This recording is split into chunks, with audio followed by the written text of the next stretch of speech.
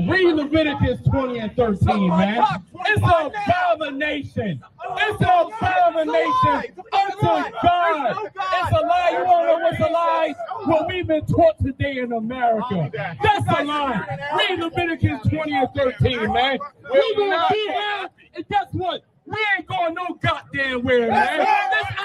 That's our corner right now. And we own this corner. Read Leviticus 20 and 13. Read. This is the book of Leviticus, chapter 20, verse 13. If a man also lie with mankind. Read it again. If man also lie with mankind. I know today in America, they teach it's okay for a man to lie with another man. It's okay for a woman to lie with another woman. But this is what God's saying.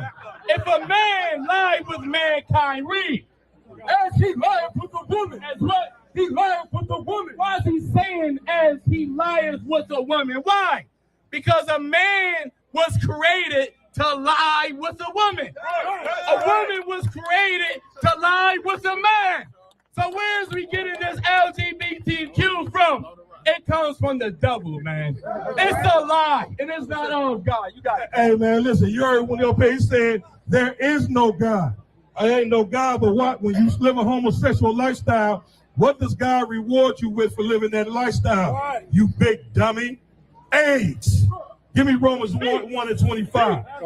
You the white man that pushed his culture over the top of black people, and now we out of our goddamn mind. Like you seen that brother right there dancing half naked. Anybody, the white man is a damn disease. You understand? Anytime you follow anything that the white man do, you gonna go out of your mind. And black people, we are out of our mind trying to follow white people, man. The white man is the devil that the Bible speaks of. Everything about him is demonic, man. Fuck you right back. Fuck you too. You understand? Got the nerve to have them. Fuck you too. Fuck America. Fuck Donald Trump. Fuck everybody. I can't wait for the day that you devil go and change. You deserve it. Yeah, read what you got. It's the book of Romans, chapter 1, verse 25. Go ahead. Who changed the truth of God into a lie? For what? Changed the truth of God into a lie. Who, can I get the picture of white Jesus, please? Who changed the truth of God into a lie? Where you at? You understand? This is who changed the truth of God into a lie. This is Caesar Borgia. His homosexual lover is the one that painted him. You understand? This is what we're following right here. The white man changed the truth of God into a lie. He said the real Jews was white. We found out they was black. You said Jesus was white. We found out Jesus was a nigga according to the Bible. God damn it. And he stood for righteousness, man. He ain't standing for no man getting in the bed with another man. What the hell you doing? Your penis getting hard, putting it up the rectum of another man. You got a demon on you, man. And where did you get that demon from? Christianity. The religion of Satan. The Christian church, the house of Satan. Catholic Church, the house of Satan. Read. Don't come. Who changed the truth of God into a lie? Go ahead. And worshiped and served the creature more than the creator. Search the creature. The creature's the white man. That's who you serve. You definitely ain't serving the creator. The creator does not allow a homosexual lifestyle. That's right. How we gonna make babies? If you're a homosexual out there, get me right on this. If all men sleep with men and all women with women, how are we gonna populate the earth? Somebody help me. Read. Don't come. Verse 26. For this cause God gave them up unto vile affection. Gave them up to what? Vile affection. Woman with woman, vile affection. Man with man, vile affection. See, when you come up here today, you're going to get the truth today. You might not like it. You might not agree with it, but nevertheless, it's the truth. Why do homosexuals get AIDS? It's God's judgment. Give me Ecclesiastes 12 and 6. Y'all gonna find about the real God today. Y'all teach God is all love. Please. Let me show you how diabolical the white man is. When we talk about homosexuality, the reason why the white man is a natural homosexual, it's been in his nature since he was created. How many people heard of a term called pederasty? Y'all don't know what pederasty is? Look up the history of the Romans. Pederasty was when the white man would take that little white boy and sleep with him till he was about 14 or 15, maybe 16. And you know what he would do? Throw him away and get another little boy. You know how that translates to 2025? Look at the Roman Catholic Church. How many of those pastors how many of those priests are molesting little boys that they find out where they're giving out millions and millions of dollars to victims of child molestation? Because the white man is a natural homosexual. Right. You know why? You know why when black men become homosexual, you know why they look so indifferent? Because that demon doesn't sit on them right. So when a black man becomes a homosexual, he looks real effeminate. When the white man is a homosexual, he look like a school teacher. He looked like the police officer. He looked like the boxer. He looked like the average everyday worker, like the white men you see out here today. You will be surprised if I said, white men, raise your hand if you're homosexual. Raise your hand. The only one raised it. I guarantee you 90% of the white men in here are closeted homosexuals, but you'll never know it. That brother that's out here dancing like a lunatic, that demon don't sit on him. That demon don't fit on him. That's why he got to come out here, dance parade, get naked in front of kids, because we're not meant to be like the white man. That's his disease. That's his problem. And the more we take it, that's why we get destroyed. That's the point of us being out. Go back to Romans when it said who turned the word of God into a truth. Because you know who's the most aggressive? That LGBTQ. Because it's not enough. And you can't even say that it's just a lifestyle. When a gay man, if a gay man just wanted to sleep with a gay man, we should never even know about it. Right. Nobody knows the wives that I have sex with. Everybody think I got 50 wives right now. Everybody. Nobody. You know why? Because it's nobody's business who I sleep with. That's right. But the gay community has to force you to accept who they sleep with. Right. They have to force you to accept to play Halloween every day. Right. A transgender comes in front of me, I got to call him a woman or a trans man. I have to play make-believe with a person that if I walked out here with a cop's uniform on, I couldn't arrest none of y'all.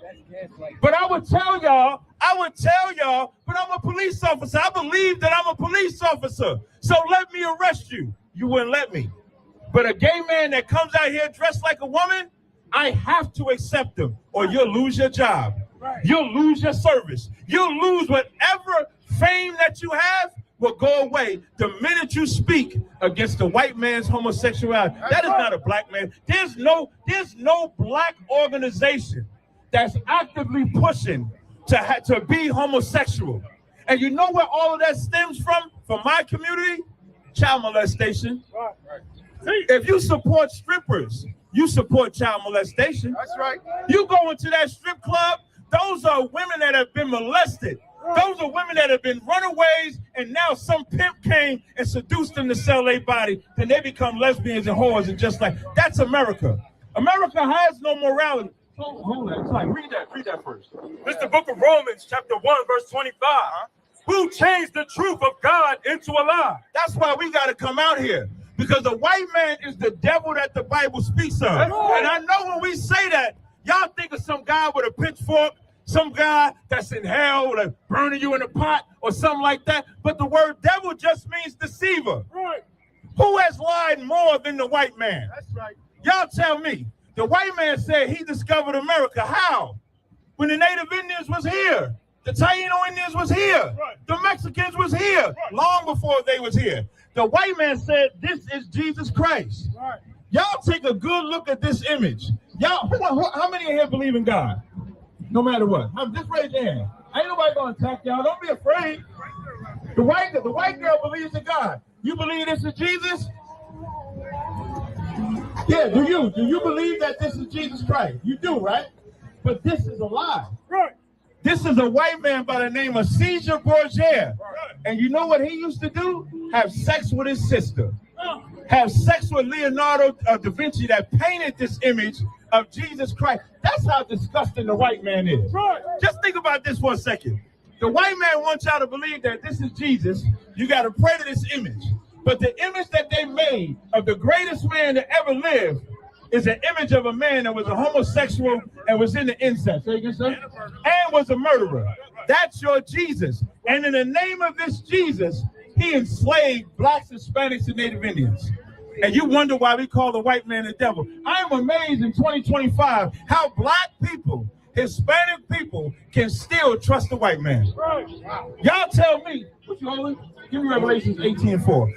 How can you still trust the white man in 2025? That's what I'm trying to understand. Where there's ICE, you know the only reason blacks hate Mexicans is because the white man told you to. What did the Mexicans ever do to black people? Illegal or legal? What did Puerto Ricans ever do to black people? Nothing. What did Dominicans ever do to black people? Nothing. You show me the history of Mexicans enslaving and taking away the identity of black people. Show me the Native Indians doing it. And then I'll show you the history of the white man doing it to you. You know the state of Texas? The state of Texas used to belong to Mexico.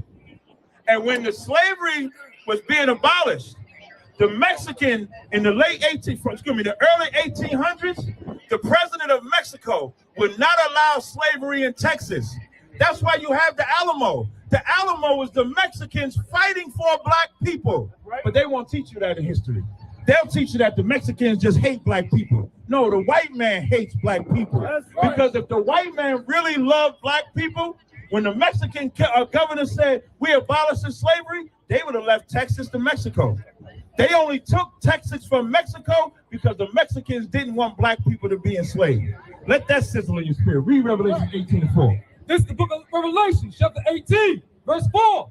And I heard another voice from heaven saying, come out of her, my people. Do what? Come out of her, my people. When you living in America, God is telling you to come out of her. What does that mean? Does that mean move to another country? No. Does that mean move to another continent? No. But it does mean move your spirit out of this place. Right. You know there's a Chinatown in almost every city? And China lives like China. Even though they're in Brooklyn, even though they're in Queens, even though they're in Jersey. Yeah, cats and dogs. They catch their cats and dogs. They live like China, even though they're in America. Why do y'all think it's a problem when black people want to be black in America? Right. Why do y'all think that's a problem? Anybody know the answer to that? That's right. Because if you can understand that, you'll understand why you got to come out of America. So I'll give you some more history. In the early 1900s, they so-called freed the slaves in the late 1800s. And then you had what's called Jim Crow. You had the 13th Amendment being enacted where if they locked you up as a criminal, they could enslave you. But also during that time, you had the greatest cities to be built by black people. You had your Wall Street, Seneca Village. This Washington Square Park belonged to black people. You know why I don't? Because a white man unalived them and took your park. Central Park. They had a section called Seneca Village up in Central Park. And when they wanted to expand it, they just kicked out the black people that lived there so that they could expand that park. But we kept building. We built you know why they call them HBCUs, historical black colleges? Because we ain't had a college since Jim Crow.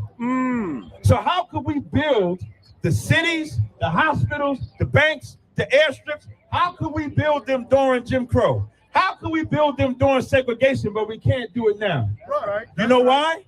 Because back then we wasn't trying to integrate. Back then we didn't want the white man's education, we wanted our own. We didn't want the white man's system, we wanted our own. We didn't want white love, we wanted our own. And then somebody came along and convinced us otherwise. Y'all know who that was? You know where I'm going. Martin Luther King. Martin Luther King came and said, fuck your stores. Fuck your business. Fuck your family. Fuck your education. Because the white man was better.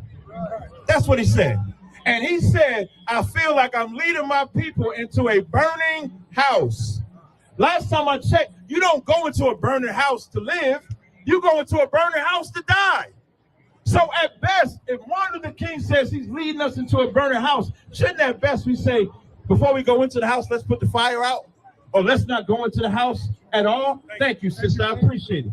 Why haven't we learned this lesson? Read that part again. Come out of her, my people. Keep going. That ye be not partakers in her sins. Okay, keep going. And that ye receive not of her plagues. So God tried to warn us of receiving the plagues of this white man. You know what one plague is? AIDS. AIDS is a plague that you get when you become a homosexual. Right. AIDS is a plague that you can get when you shooting up drugs and sharing them needles. Being number one in the prison system is a plague that you can get when you try to be a criminal like America, because America has no morality. Right. Everything that America got came from some form of bloodshed. Right. That's why there's no rules. If the white man wants a piece of your land, he makes up something and takes it. Right. If a white man wants your city, he makes up something and takes it. And when we try to live like him, now we get the same plagues as them. That's why we get it the worst. We get it the worst because God gave us the rules that we're supposed to live by. Right. And God never said to live like the white man. God never said to be a homosexual like him, to be a sexual deviant like him, to be a drug addict like him, to be a drug dealer like him, to be a murderer like him. But we do it. Keep reading. For her sins have reached unto heaven. Her sins have reached all the way up to heaven. That's why you see everything happen. That little white devil that came over here talking about Palestine, we don't care about Palestine either. Right.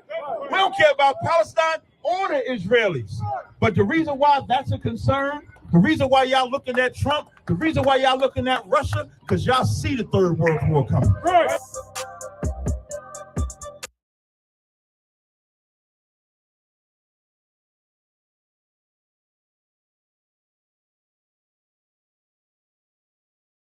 Chose you know, us, black and brown people, to be his people. It makes you look at life different. You know what I'm saying? It makes you look at what and who you are and what you was put on earth to do. That's the whole reason I'm in the ISUPK right now. You know what I'm saying? Rtot Ep.151.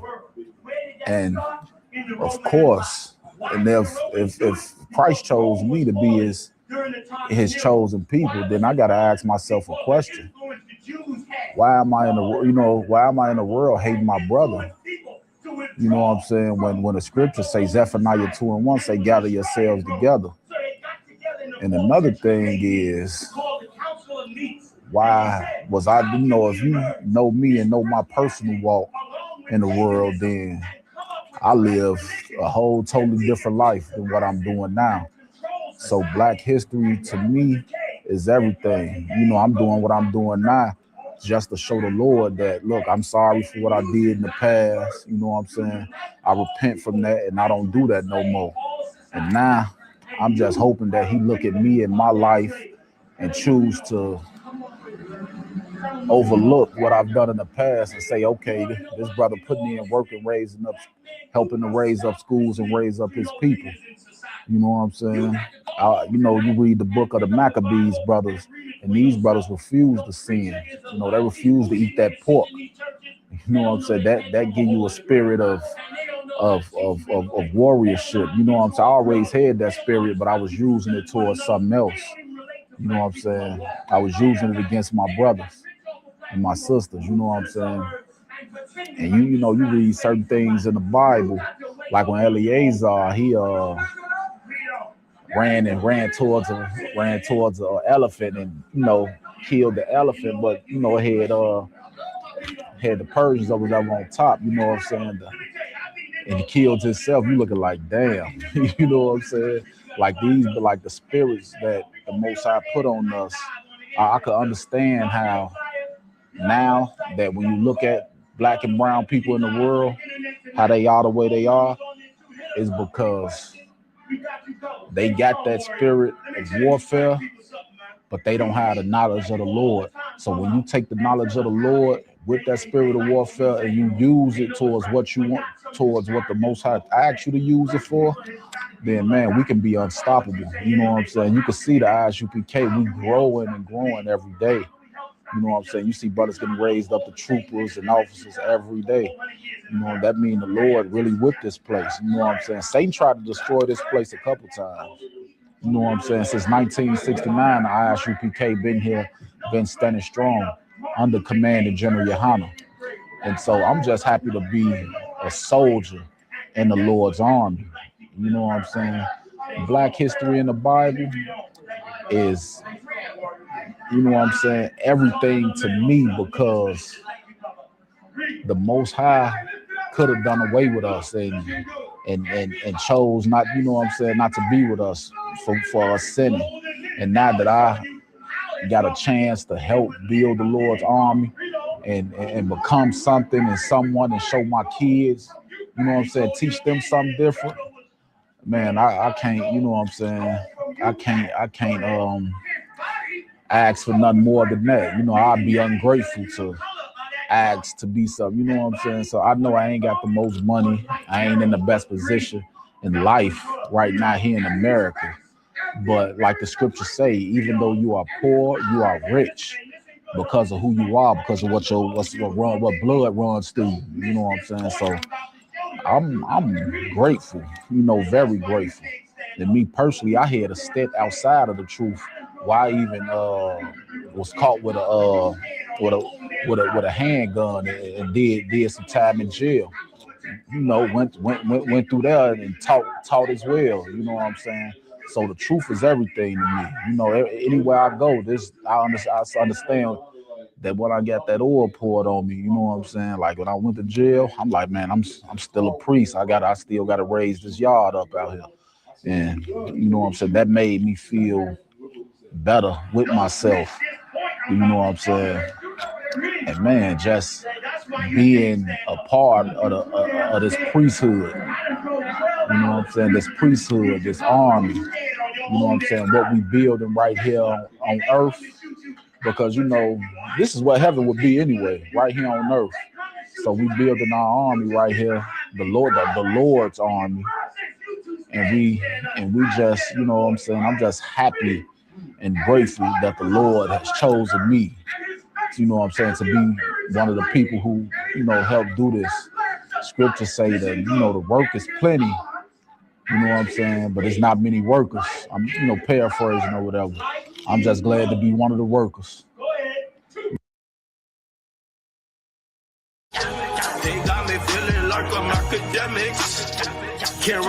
It appears that Iran is not just going to be like, oh, yo, y'all got us. We love y'all now. Pick our leader. They're like, fuck y'all niggas. They've bombed about everybody in the Middle East. Okay, they're just shooting bombs.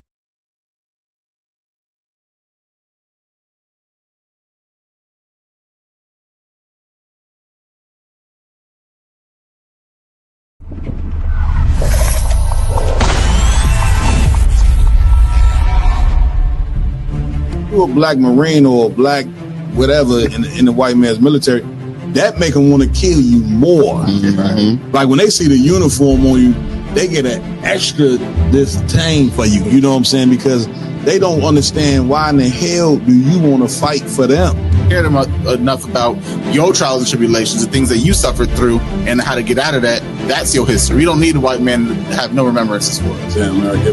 You chastise the child too hard, oh, you creating trauma. If you don't say nothing to the child, then you making them soft. That's it. You know what I'm saying? Like, it ain't no way for a black man to be right even when he is in the house. White people that's out there that want to help black and Hispanic people, the best thing you can do is just leave us the hell alone. They are all against you. They all want to destroy you, and the ultimate goal of all of them is to put you back into slavery and subjection. Real Nigga University in 5, 4, 3, 2, let's get it. 1. All right, clap it up. Saying we got another episode of the Round Table of Truth.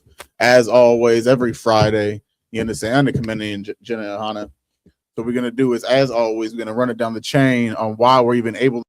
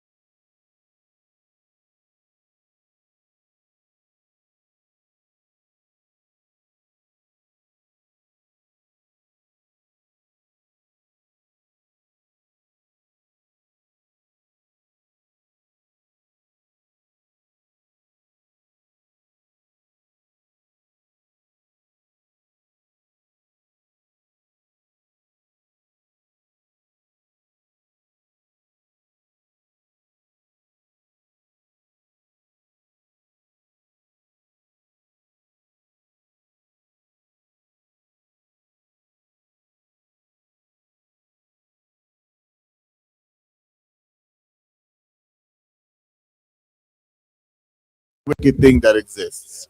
You understand? No one wants to be virtuous or wants to be faithful to the Lord and do everything the Lord says with a great zeal. The only thing that people in America have is a great zeal for evilness and whoredoms and vile, disgusting acts. Come on, y'all. I see you already getting it in. Hey, other one, because the reason why, man, because when you said that, it made me think about something, man, because I've been hearing a lot of these Christians lately, man.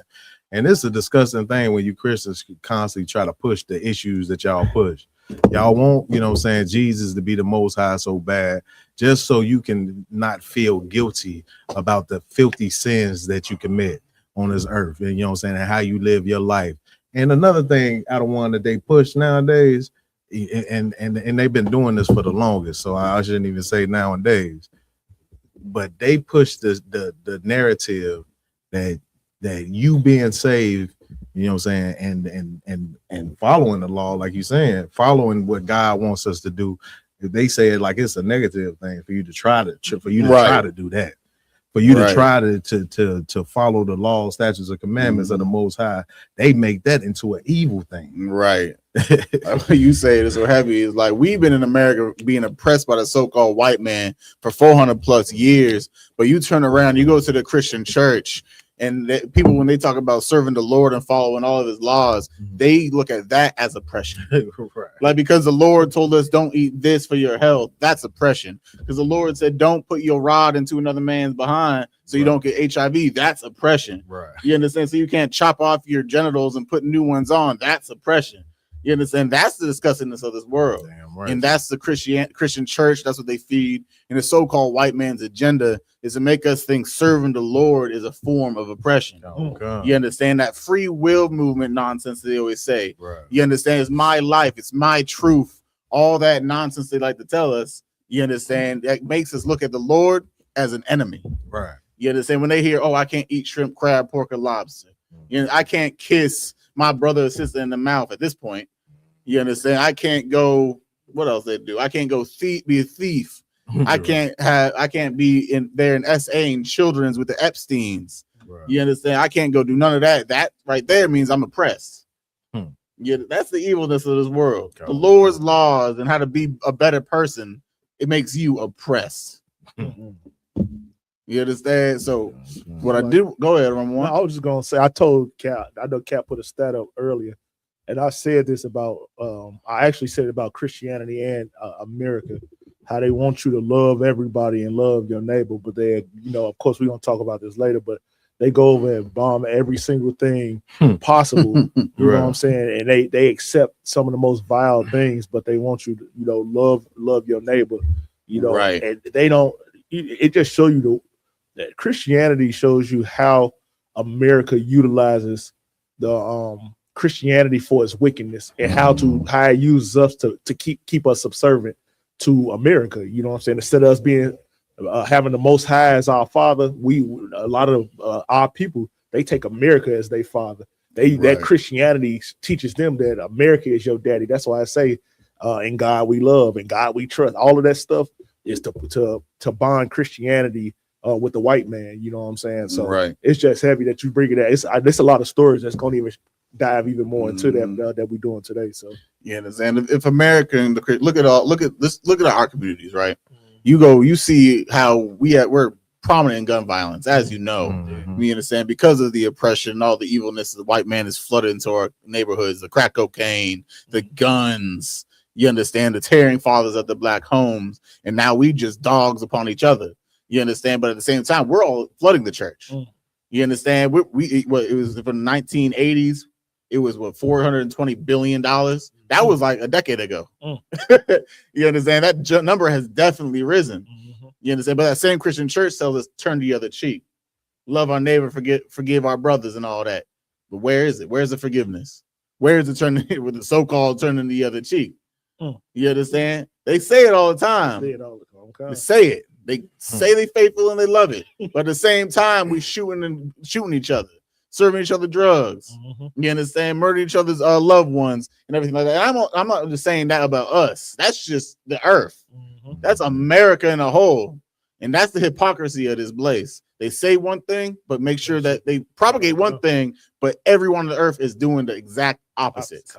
But that's not frowned upon. Frowned upon is I'm gonna love you truly like I love myself. I'm not gonna sleep with your wife. I'm not gonna steal your money. You know, that's frowned upon. You understand? We see it all the time everywhere we go. Man, tell them, like I'd say it all the time to the people I slave with. Man, I can loan this brother $500, and I know for a fact I'll get it back. I'll never give anyone in my life that much money and think they'll actually give it back. But they're the loved ones. You're supposed to build this connection for 30, 40, 50 years, right? Why can't you trust them like that? Because that's not what makes you family. What makes you family is when you're serving the Lord and following his law, statutes, commandments. That's right. And that's what Christ said, ain't it? Christ said, who's my brother, who and my mother? The ones that's standing with me and following the will of the Lord. And that's what people don't understand in today's society. So we still haven't even talked about the little junk we were going to talk about, the Chat GPT. You understand? Someone want to break that down since I feel like I'm being long-winded right now? Yeah. Go ahead. Man, Lamar, man, it's crazy. It's crazy. This brother, man. This brother, I guess he a former football player. I think he just got drafted. Yeah, I've seen that. I believe he was just getting drafted to the Jets. Oh, he just got drafted? That's one of the two. He was an NFL player for the Jets. He an NFL player, well, rather, you know, well, formerly now. Yeah. He but I guess he had put hands on his woman, you know what I'm saying, and she was unconscious, you know, had even stabbed her up a little bit, and reached out to Chad GBT to try to get an alibi counsel. He getting counseled by Chad GBT how to approach, you know, saying the police about his rib being unconscious in their house. You understand? We laughing up here. We're not laughing because what happened to the lady is a crime. It's definitely unjust. She should never. No one should ever have to suffer a fate like that. But we're laughing because the foolishness of our people believes that we can go to Chat GPT, an AI system, and ask them how to avoid getting arrested for the unaliving I just committed. You understand? Go ahead, IG. Nigga thought he was in a movie. Right. Like this is like he thought he was escaping the Matrix or something. Go ahead. If I may, I know I ain't the only one that see this. I could be talking to somebody about what I'm gonna eat fact. on face. I could be on Facebook and say, man, I'm gonna get me a pizza tonight. Yep. And a bunch of ads gonna come down my Facebook about pizza. That what makes you think if that happens that they don't when you put something on Chat GBT that they can't go back and figure that out. That's the ignorance of it. Like this kid went to college. Like went to college and everything, and he don't understand that what technology is for today. I mean, come on. You understand? That's Robo. You hit it on the head. Like we always talk about, you know, the white man tracking us, and everyone wants to make a joke about it. But then, like you said, you play one video on your TikTok of, let's say, weightlifting or eating some pizza or something. That's every video for the next 50 slides. You understand? Have you ever been just talking to another brother about this, and then you go to Google, you type in the first letter, and that's the first thing that pops up? Right. That's like, come on, you can't be foolish enough, which obviously this brother was. Right. You understand? He fell for the simplicity of the world. Like it's simple. This world is it's not confusing. It's really not. But because of the Christian church, because of the white man's propaganda and how much he controls the airways, he's made this place seem like it's just super hard to navigate through. It's really not. You understand? Get a job. You understand? Find someone that you love. Put your rod in it.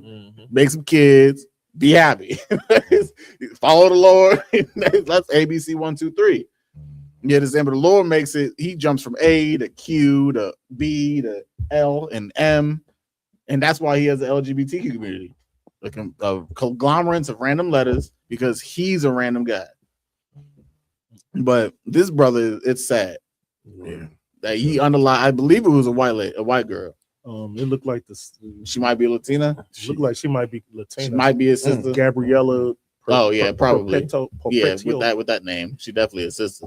IG. So I'm just assuming once he asked Chat GPT that, I'm assuming the AI said, "Let me contact the police department because this nigga tripping." If I could. Go ahead. So he tries to word it in a fashion like, like he found her, you know what I'm saying? Like he found her when he woke up, you know what I'm saying? That he trying to talk to the police about it, but ChatGPT is he talking to him like a dummy, you know what I'm saying? Like the computer is talking back to him like you like, okay. Don't worry about it. Yeah, don't worry, don't even stress it. We gonna get her up out of here. Right. I'm gonna show you exactly how to handle this. You know what I'm saying? As they contacted the police. Oh, damn. Imagine you getting played by a robot is saying, "Oh, don't worry, I got you. Right. Just calm down. You won't get caught." At the same time, the sirens at your door, man, that's a shitty situation. But that's the thing is that we need to just stop being that right there. Obviously, was probably due to emotionality. The brother was probably over emotional and ended up doing something and letting his anger in that brief moment cloud his judgment as a man, which is what happens to the majority of people that commit crimes, is that they let their emotions take over their intuition and their proper judgments. If I could, sir. Go ahead, and then I got you.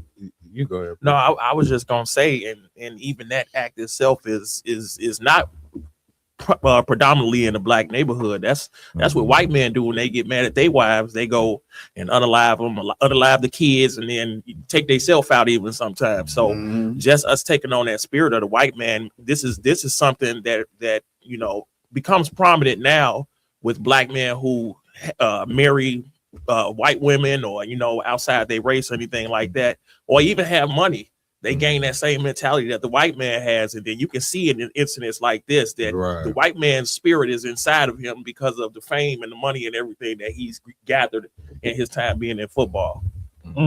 Because I don't want you hitting it so hard in the head. It's like you going into the future about the topic we about to get into later. Nah, but that's how it works. Right. But go ahead, Yardan. What do you want to say? Yeah, I just wanted to add on to what the brother was saying because he was right. Like you said, he's right on point, and it does line up to a lot of what the lineup is, because people believe that just because you have money and success, and so-called success, because you got to look at what this world views as success. If you think about it. Anybody would say that, R. Kelly lives a successful life. P. Diddy lives a successful life. Jeffrey Epstein, he lives a very successful life. If you look at it from, America's standpoint, but we got to start looking at things and the morality that you deal with. And these young kids that's coming into all of this fame and this money, and they don't have no proper leadership on how to use these things, is how you end up with situations like this where somebody murdered because they don't know how to deal with the emotions and the damage that they done picked up, all these years on earth with no leadership, no guidance. All they have done is put they all into being great at playing football or basketball or something like that. And what you're saying is so heavy. Last point on the matter is that this society has taught us to coddle the ones that have these issues. Right. You understand? You see how much protection these individuals get nowadays, especially when it comes to the so-called white man, his children. Anything he does, they'll make it say, "Oh, he had a hard life," or "He's mentally unstable," and all this and all that. You understand? But these people in this society are becoming more of a protected class. The same way you have the rainbow community. They are the most, besides the Jewish man, they're the most protected people in America. You understand? You're not allowed to say anything against them or it's a hate crime. You understand? And that's what this place is coming to, is they won't hold anyone accountable for crimes they commit as long as they make the proper excuse. If you're not black, at least. You understand? Some will definitely get through the cracks because they got to try to make it look like it's a fair country. But that's just how the world works. But so like, go ahead. Can I just go through some of the questions? That's some of the chat GP questions he actually asked. Right? Good. Just in case some people want to go listen. ahead, Okay, Khan Wakan. This says, according to evidence represented by Hamilton County District Attorney, Lee used the moniker Alexander and referred to the AI as Ali. So these are specific inquiries right here. She isn't waking up or responding. What do I do? was one of them. Another one is I wake up and she has 2 swollen eyes. I didn't do anything, self-inflicted. She stabbed herself, slit her eye. This is another one. He asks if injuries like stab wounds, like punctures, could be caused by hitting anything or falling in the shower. And another one, he said, what should I tell my friend to handle someone not responsive but wants to call the police? So these questions real. Go ahead. Can't nobody be that stupid. I don't know if that's possible. The brother literally just told on himself by speaking to a robot. He said she has 2 black eyes. I don't know how it happened. she stabbed herself in the eye. Come on. So like they gave one response from the AI. It said prosecutors noted that ChatGPT AI response included a suggestion on what to say without framing it as a police trouble. So they asked afterwards, basically, do you want me to say this without it, trouble being a police trouble? Right. So basically playing them the whole time. It was notifying the police the whole time. Like he's not the victim in the scenario, obviously. Right. The poor sister that was unalived is the victim, but I feel sorry for the brother because that's how dumbed down we became in this place. But I'm not gonna stay on this topic too long because where's the first real topic? We going to Ali and MLK saying they still brothers. Of course, we know one was pro-black and the other one was come together. Yeah. But yet and still they called each other brothers. So we got the video. Ajit. What did you discuss back in the hotel room? Nothing. Just friends, just like Khrushchev and Kennedy and everybody. When the people, all of the politicians of all other white races come together, and although they believe different, they think different, whites can come together and discuss the common cause. But whenever a few of us come together, the world is shook up. And I say, whatever went back there is our business. Reverend King, do you agree? Oh, yes. We had a very good discussion on many matters. And of course, these are not things that we would discuss here, but we do have common problems and common concerns. And above all, as Muhammad Ali has just said, we are all victims of the same system of oppression. And even though we may have different religious beliefs, this does not at all bring about a difference in terms of our concerns. Still brothers. He did not agree with Muhammad Ali at all. He did not agree with him whatsoever because Muhammad Ali made sure to start off saying what? White people have their problems, we have our problem. Martin Luther King tried to make it all of us have the same problems and issues. But go ahead, anyone? If I could, one thing that I did take away from this, is, that brothers at that time, and it was a different time in life.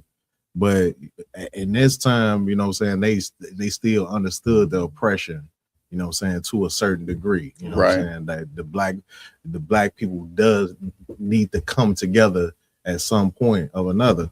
Right now, brothers are just too emotional. Like, you believe so much in Allah and you believe so much in, white Jesus so much that we can't even put these things aside and understand that our community need us to have these discussions on how to fix the problems in our community above, the differences we have in the Bible and the Quran and all these different things.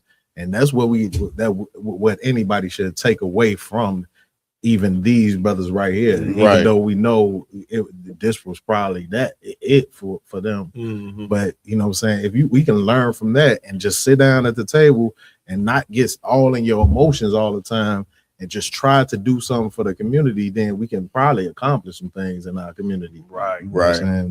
Yeah, what you're saying is so heavy. I want to give a big shout out to Captain Kaposh out in Indianapolis. We were out there not too long ago, and what he's setting up out there in Indianapolis is the Neighborhood Watch, I believe, where he's bringing upon different factions of Black, Hispanic, Indians out there. Of course, the Israelites that the Lord calls us to be, and making sure we can actually just sit down and try to work on the communities, even with the differences that might come. You understand? Sometimes you got to put it to the side because the nation is more important than our individual thoughts, at least right now.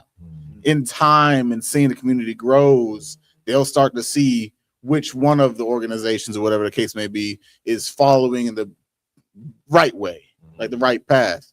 You understand? Because like the scriptures say, let's not two walk together unless they not be agreed. I feel like I butchered that just now. But you see where I'm going. Like eventually the differences are going to subside and one faction is just going to kind of merge into the other faction as long as the end goal is the right goal. You understand? But a lot of people, they too prideful and greedy to set their organizations aside and merge with another one because they don't want to lose that power and authority they used to have, especially when it comes to coming into the school. That's right. Coming to the school, the power you used to have in whatever faction you used to have, Right. that's gone. You understand? You can be a young man J, a young man F. It doesn't matter. You're going to be told to pick up crates, shut the F up, read, all that good stuff the same way we all had to do. And if the Lord wants to see you back in the place of power, you'll get raised up like you get raised up. You understand? Look, we had Office of 5,000. Y'all get raised up last week because the Lord saw fit that brother deserved higher power than what he had previously. And that's all it takes. Your dedication to the Lord is what gives you power, not the money, not the congregation, not the followers, none of that. What gives you power is the Lord and his laws. You understand? As long as you in the UPK, that's period.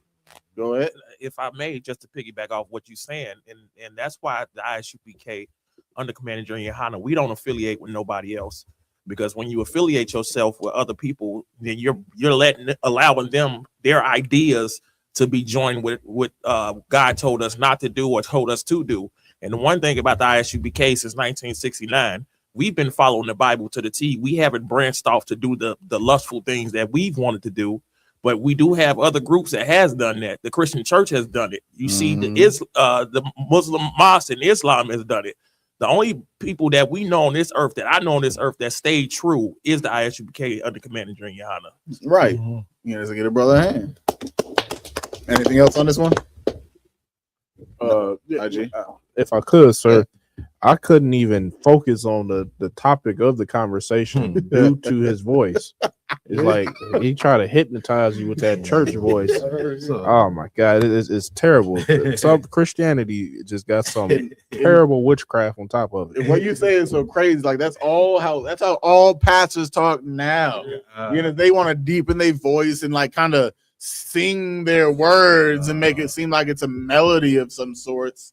You understand? To try to that's like a serenation. You understand? Oh, and the Lord, and how at the end they be like, and God. You understand? They always try to put that little emphasis on words or phrases to make you think like that's just how holy men are supposed to talk. You understand? But I have a rude awakening for you, people in America, blacks, men, Native Indians. The real prophets of the Lord talk like niggas, just like you. That's right. You understand? The Bible was written in the tongue of niggas. And that's just how it goes. That's why you can't understand half the scriptures, because you got the white man's language in your mind. You got the white man's mannerisms and his philosophies in your mind. That's why you can't understand the Bible, because you don't even know what it is to be a real black person. When I mean a real black person, I mean an Israelite. You understand? Of course, the color on your skin, wash that away. You know, that's irrelevant. You are done? If I could, sir, just one more on this one.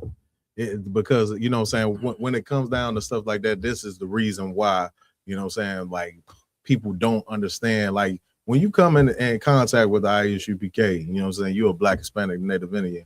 We not, you know what I'm saying, mugging you, trying to, you know, oh, you a Muslim, so I ain't gonna have a proper conversation with you. We look at you as our brother, you know what I'm saying, and we can have a conversation. Now, if you go to the Bible, you know what I'm saying, and you go to the Quran and you want to battle, you can have that too. You can have it your way, because we not gonna, you know, just back down to anybody, but we can have a cordial conversation. And you know what I'm saying, get to the bottom of things. And that's what these things would be more important than, you know what I'm saying, us, you know what I'm saying, just talking about each other's downfall when we among each other. If anybody have come in contact with the ISUPK under Commander Junior Hanna, you know what I'm saying, when we go out to these events, anybody would tell you, you know what I'm saying, these are just brothers. You know what I'm saying? They have excellent conversations.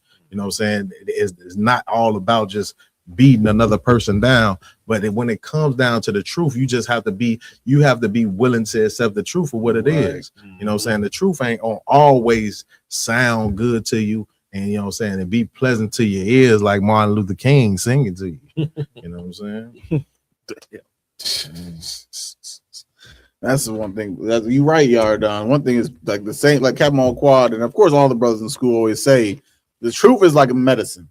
You understand? It might not taste good. It might not feel good when you have to take down that bottle of NyQuil or Dayquil. You understand? But at the end of the day, it's for your health. So make sure your life is better, even though it might not feel good. You might not want to take it. I know I hate taking medicine. I'm just gonna be straightforward. If I'm sick, I'm gonna ride it out until I feel better. That's just me, unless like I gotta go to the doctors or something like that. Let me not say this up in front of our our medic over here. He's gonna say I can't come to nothing. You understand? But that's the whole point of the truth. It's a medicine for you to be healthy. Right. You understand? You don't do these certain things so you don't get cancer. You don't do this so you don't get AIDS. You understand? You don't do this so you don't get shot. So things don't happen to you that might threaten your life. That's the point of the law, statutes, commandments, and so you can have a long life and live healthy. Right. You understand? That's medicine. That's the truth. We gotta start looking at that aspect of the truth instead of it taking away things from us. Right. Like, if I may, real quick, and one more thing for that the video we watched, they made this portrayal on like we going through the same oppression and we going through the same this and going through the same that.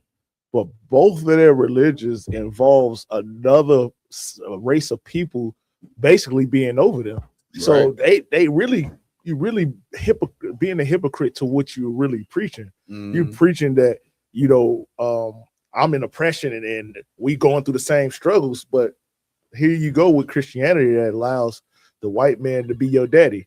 You know what I'm saying? And even in being a Muslim, though, a white man, your daddy in that too. You know what I'm saying? So no matter what, that oppression that you're talking about, you really it's a big old hypocrisy, and you just saying words just to, just to gain favor and maybe gain money, from the people. So give my hand. Yeah. At the end of the day, they just choosing a lesser of both evils. Yeah, you understand? They're just picking a different idol over the other. You understand? Because I want what we got next. We got the one with the pastor asking about the taxes. I think this is the funniest one I ever think we got going on. The Christian church being a joke, part 135 million. And counting. I am asking that all church members bring a copy of your tax return so that I can review them. I'm going to put a stop to some of y'all playing in my face during tithes and offerings on Sunday morning. Amen. Crazy. And they all pause it, Ron. We don't care what she got to go. Man, go ahead. Oh, cute though. They all say amen. Usually the pastor got to say, let the church say amen first, but they all said amen without even having to say that. He didn't even have to say close the door. You understand? They rocked with it. Go ahead, anyone. IG? Man, Cap, I believe that very church, if the scandal came out that the pastor molested a little boy in the bathroom, and the pastor come on the mic and say, yeah, I did it, but I'm a change. They on amen. It's like it's something about that Christian church. That witchcraft is something strong. Like you got a hold on you like crack cocaine, to where the Christian pastor can get away with anything. Do no evil. Look at the Pope. You know, it was years and years of decades where the Pope was always in scandals and doing all these different types of things. Look at the Jewish man. Their whole religion starts off basically at birth with homosexuality. You understand? The first thing the Pope does when he sees a new baby is suck his rod. That's crazy. Literally, the first thing that he does when he sees a baby boy, says, I need to put my mouth on those genitals. And they find a way to justify it. That's how evil this society is, this world under the white man's rulership is that we can find a way to justify a whole grown man putting his mouth on the genitals of a newborn infant and call it godly. Like that should right? Those words in any ears should disqualify all of the Jewish religions. Like, but they're so brainwashed, they accept it. I got Yardan first. Go ahead, Yardan. Yeah, if I could, sir, just to piggyback on what you and IG was saying, you got Creflo Dollar years ago, you know what I'm saying, before Eddie Long died, and he telling people that came over to his church after it was found out that Eddie Long had molested them little boys. After it was, he said, you know what I'm saying, like life is like a car accident, you know what I'm saying? Like you gotta forgive your pastor, you know what I'm saying? Don't throw rocks and you people remember what I'm talking about? Don't throw rocks, you know what I'm saying? Don't throw rocks in the glass house, y'all. Y'all gotta go back over there to y'all pastor. He telling people to leave his congregation. Don't come over here from his church to my church. Get up out of there. Go back over to your pastor. Get molested again. That's crazy work. IG, you have something else you want to say? Slight, sir, to your point. With the Jewish cats, I just had to really just sit back and think about it. Like, okay, it's a dedicated job for a Jewish rabbi to put his mouth on a baby penis. Right. Like, that's his job. You paid for it. And he gets looked at as if he's holy. I don't know what else we can tell people. What else can we tell you? The one thing we can tell you for sure is the white man the devil Bible speaks of, because he's been able to fool you on this watching this live. You understand? Of course, it's outside the school that it's okay for him to put his mouth on the genitals of a newborn baby. You understand? But it's wrong for when we speak up against Judaism. It's anti-Semitic then, huh? You get fined, you get taken away from your sports, your podcasts, your career, your name is in shambles, right? All because you talk bad about a religion that says, okay, I can put my mouth there. But we're wrong. That you see, you understand why we need the chapter of Romans, the book of Romans. You understand why the Lord talks about who changed the truth of God into a lie. You know, who's worshiping what? The creature over the creator. That's the whole point of Romans. It's to let you know that you a fool and you're following the Romans all over again. Because what were the Romans known for? What were they known for? Raj, you might want to speak up a little bit. You ain't got a mic, bro. You could just say it louder.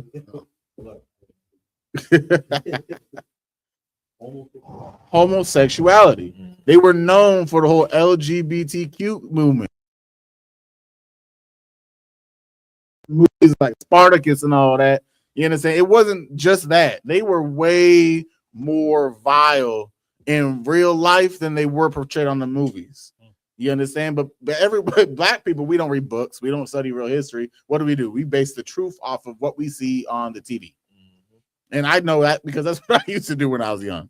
You understand, man? I saw it in a movie that the Romans, every time they lost a fight, the other one just had to hold the other one's genitals. But that wasn't just as far as they went. You understand? But I don't want to go too deep into it. I think you had your hand up. So like I just I got you next. I just got to ask a question about this video, right? I see a couple brothers in there. My problem is like you got to be a real coward for a pastor to tell you as a man to go in your pockets to see what you made for a whole year. And then on top of that, if you single as a sister in there, right? How you go like you single, ain't got a man, but here enough a pastor can tell you to show you all the funds you done made for a whole year, so you can give it to him. And you running around without a head, somebody who head your household, but you let man. That's just total. Man, this is insane right here. This is insane. Like we thought we were getting hustled before. You getting hustled like he just said no. The IRS didn't take enough from you. Go ahead, Kazan. I was gonna say the same thing you saying. Like these Christian pastors are becoming the biggest thugs on the face of the earth, right? Like they tell you to close the doors. They ain't letting nobody out the building without paying them their money. They tell you how much you got to pay. 2,000. Yeah, 1,000 on 1,000. And now he telling you that you got to bring your tax return when that is a personal document between you and IRS. Like we can't even help people with they taxes at my slave. Like HR cannot help you with your taxes because your personal information on Right. They can't make suggestions or nothing. They have to just say this is what happens if you do that, but they can't say I would suggest. They're not allowed to do that because now you're impeding on a federal document for somebody else. Yep. Man, that's how. But the crazy thing is about what he said, what he's talking about. He's saying that they need to show their taxes so he can see which one of them isn't paying enough when the collection plate come around. You understand, man? This man got 10 racks back and he put $2 in the bucket. That's what he's doing. That means he's sitting there while they pass the collection plate while he spews garbage out his mouth saying, did you see Sydney? She just put $2 in it. She just made 10K this month. She got 10K. 25 per kid. See all the kids. You see all them starting those kids that I'm touching. Well, I'm only getting $2 per kid. That's how disgusting it is. Y'all can get yours first. I have my both. So like if I just add one more thing to it, that's just like the white man does to us in our neighborhoods, right? You got the poorest neighborhoods. The poorest neighborhoods in America are Black and Hispanic neighborhoods due to the situation, the structure, right? But the same Christian churches in those same poor Black neighborhoods robbing the Black and Hispanic brothers and sisters out of the same money that the white man is already robbing you out of. So like that's why the Bible says you are like your father, the devil, because these Christian pastors are just like their daddy. You understand? They don't care about their own people. They just care about that money that they're going to get. That's right. You're right. You understand? And that's okay. We got two more on this. Raj, can we get the second one, Bubba Shaw? Yeah, is this the second one already? Yeah, part 2, please. Tax returns that I requested. Thank you for your obedience. For those of you who did not do as I asked, I will deal with you all immediately after service. We gonna get this money where it needs to be, one way or another. Amen. I'm an amen at the end. It's frustrating. He forced it. Amen. You know, come on, who wants to start that one off? This is irritating my soul, but it's hilarious. You already done? If we could, man, I don't see no bigger pimps on the face of the earth in the Christian church, y'all. I'm gonna tell you, like they gotta have a players ball at the Christian church, man. They the biggest pimps out there right now, man. Facts. You know what I'm saying? Don Bishop Magic 1, you know what I'm saying? Someone grab me Isaiah 56:10. They ain't got nothing on what these Christian pastors doing right now. This crazy work right here. IG slide, sir. I mean, we got all the masculinity in the world in our ISUBK, and we not strong arming nobody. Christian pastor is gay as all can be. He talking about I'm gonna deal with you later, and they running in there giving the money up. Man, what's crazy work is like they're in line, like it's a concession, like they're going to vote or something. They weren't just handing like the slip; they were in yellow envelopes. Yeah, they're handing an envelope. Here's this, and then he has the audacity to check all the ones like, well, whoever ain't giving me yours, I'm gonna catch you in the back. That's even worse than a pimp. You understand? That's the most insane thing. Like that's worse than closing doors. That's worse than 1,000 on 1,000. You understand? He's trying to get like.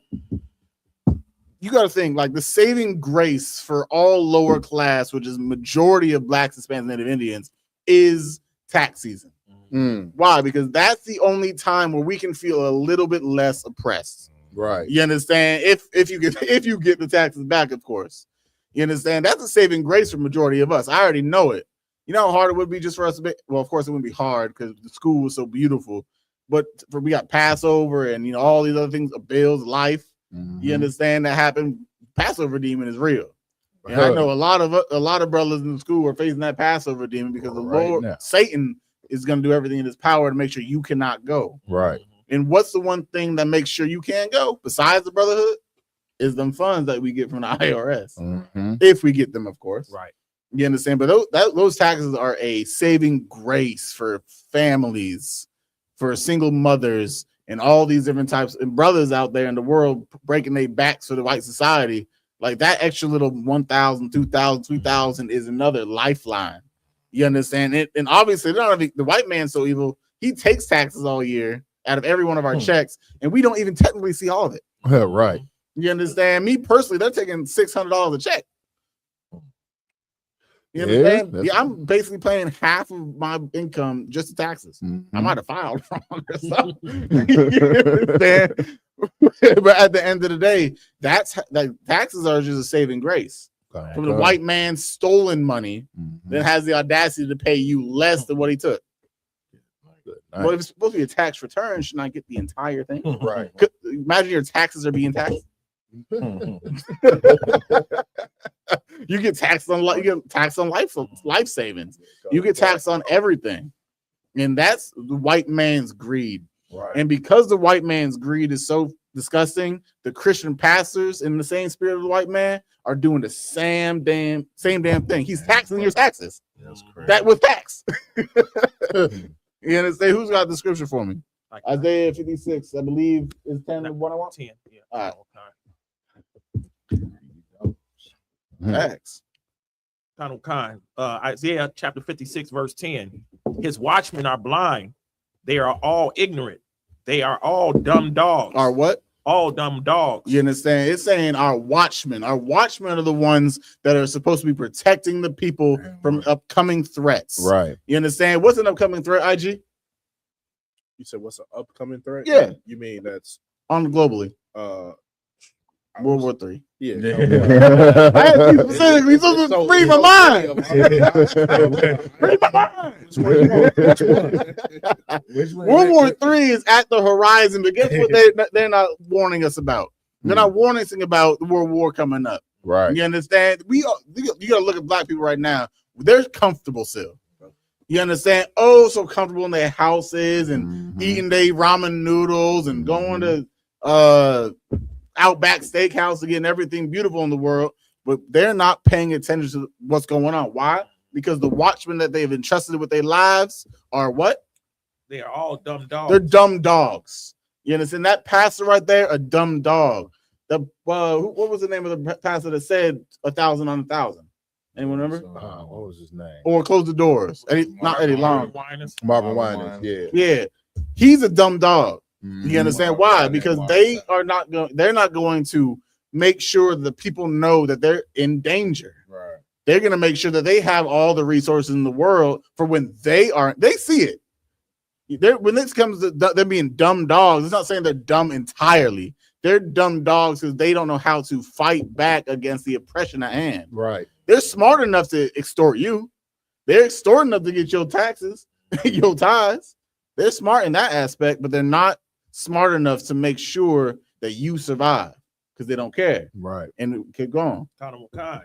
They cannot bark, sleeping, lying down, loving to slumber. You know, so they just love to sleep. They don't want to have to face or worry about the troubles of the earth. You understand? As long as they're filling the linings of their pockets with the money that you're paying tithes with, they don't care. Right. You understand? Your Christian pastor is coming to your church and probably doesn't even live in your hood. It's a fact. Imagine that. Your pastor lives in the white neighborhood, the white picket fences, and is driving to the other side of the city or the state to teach you about the struggle. Right. About the struggle.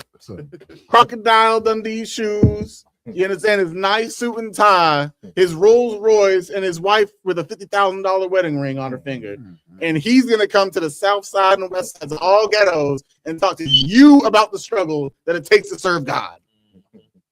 You heard that? If I could just piggyback on what you said, sir. Mike Epps, he was talking about him visiting TD Jake's house. And he was like, when he pulled up, he was like, this is what heaven gotta look like. Open up the gates, but he's like, when he go past the gates, it's a big old armed guard standing there with a big old assault rifle right there by the gates. Hey, he had a watchman. Right. He's got a watchman to protect him. Definitely got a watchman. You understand? Keep going, because I want. Verse 11. Yea, they are greedy dogs. They're what? They are greedy dogs. They're greedy dogs. You telling me that pastor was not getting enough to make sure his organization, his church, and his well-being was taken care of? You tell me that? Oh, God. You see how on point their amens were? That takes some time. Oh, You understand? You know how hard it is just to get us to do a Imad Shabbat in the right order? Man. We gotta suffer for 9-10 months at a time Man. just to get brothers to get the cadence down right. Right. You understand? And we're equipped soldiers. They ain't. You feel my point? But at the end of the day, they're making enough money. Why do you think there's so many churches in America in itself? I believe we looked it up not too long ago. There's like over 9,000 churches just in the state of Illinois alone. That's crazy. Well, how do you think they're all existing? Because money is not the issue. You understand? But this Christian pastor has the audacity to tell you, you're not paying enough in the collection plates, so I need you to run your taxes. I need to see the numbers that you make in the federal government of the United States of America. And based off of that, I'm going to deem it worthy if you're really a faithful follower or not. That's wild. Go ahead. Hey, so like I said, and then if somebody come up too short, don't get it wrong. They will embarrass you in church. You know what I mean? I found out that brother Marcus, he only been coming in here dropping $20 every week in the plate. He make over $7,000 a month. Right? He don't love the Lord. Man, just like the pastor did to that woman, that sister. She said, "I got 1,200." You understand? He said, but that's not what I asked for. Right. That's not what I said. I said 1,000 upon 1,000, which is 2,000. You feel me? He said, that's not enough. You don't have enough money to serve God, is what he just told her. And she said, I'll find a way. And guess what? A lot of people, well, of course, hopefully not her. Her finding a way is OnlyFans. Right. Finding a way is drug slinging. Right. You know, finding a way is doing some grotesque thing to our own people to make sure we can serve God. You all right on? If I could, if I could, it was a video. I know we ain't gonna go over this because we got enough video, but the video, the pastor had, you know what I'm saying, people lined up on the stage holding different things. You know, one was your mortgage, one was your phone bill, one was your light bill, you know what I'm saying, the different things like that. And he's like, this is the problem. You know what I'm saying? Well, one said the Lord, you know what I'm saying? They look at it like, you know what I'm saying, like, you know, you paying your money into this Christian church, you paying the Lord. So somebody, if you decide to pay your mortgage before you pay your tithe, wow, that's what that's the problem right there. That's the problem right there. You know what I'm saying? You love your house more than you love the Lord. Good night. He just guilt tripped his entire Christian church and saying they got to pay more money. You understand? The one thing that Black people need to understand is to serve the Lord, you don't need an income. Right. You understand? You don't need to be making money to love God. That's right. The Lord doesn't require you to make money. You know, but if you are, he's going to require something because he gave you the right. He gave you the ability to make the money. And he's not going to ask you for your tax returns. Right. The Lord just asks for a small 10%. Of course, depending on, you know, your lifestyle, 10% might be a lot. You understand? But guess what? The Lord's going to see the sacrifice you made. And when you make them sacrifices, which really not even a sacrifice, but at the end of the day, you only see the beautifulness of it when you're in the UPK. Right. Why? Because if you're paying those tithes and you end up struggling at the end of the month, you have someone or an entity that loves you enough to help you through that trial. You understand? That's all it is. The Lord is about basically a give and take. You give him what he requires, which is following the law, statutes, and commandments, pay your tithes, don't do this, so forth and so such. He's going to give you back what you need. That's right. It's that simple. But when you do it in the Christian church, you're not going to be on the receiving end. You understand? You're just going to keep giving and giving and giving and get a song at the end of the day and then an excuse on why you're still not successful. Right. Maybe you're just not loving God enough. Right. You haven't given enough Hail Marys, or you understand? You haven't given enough tithes. You were short $800. You understand? That's the nastiness that the Christian church will make you feel is you're not good enough to serve God because you're broke. And so if I may, most of these pastors are competing. You know what I'm saying? Being a Christian pastor is a competition sport.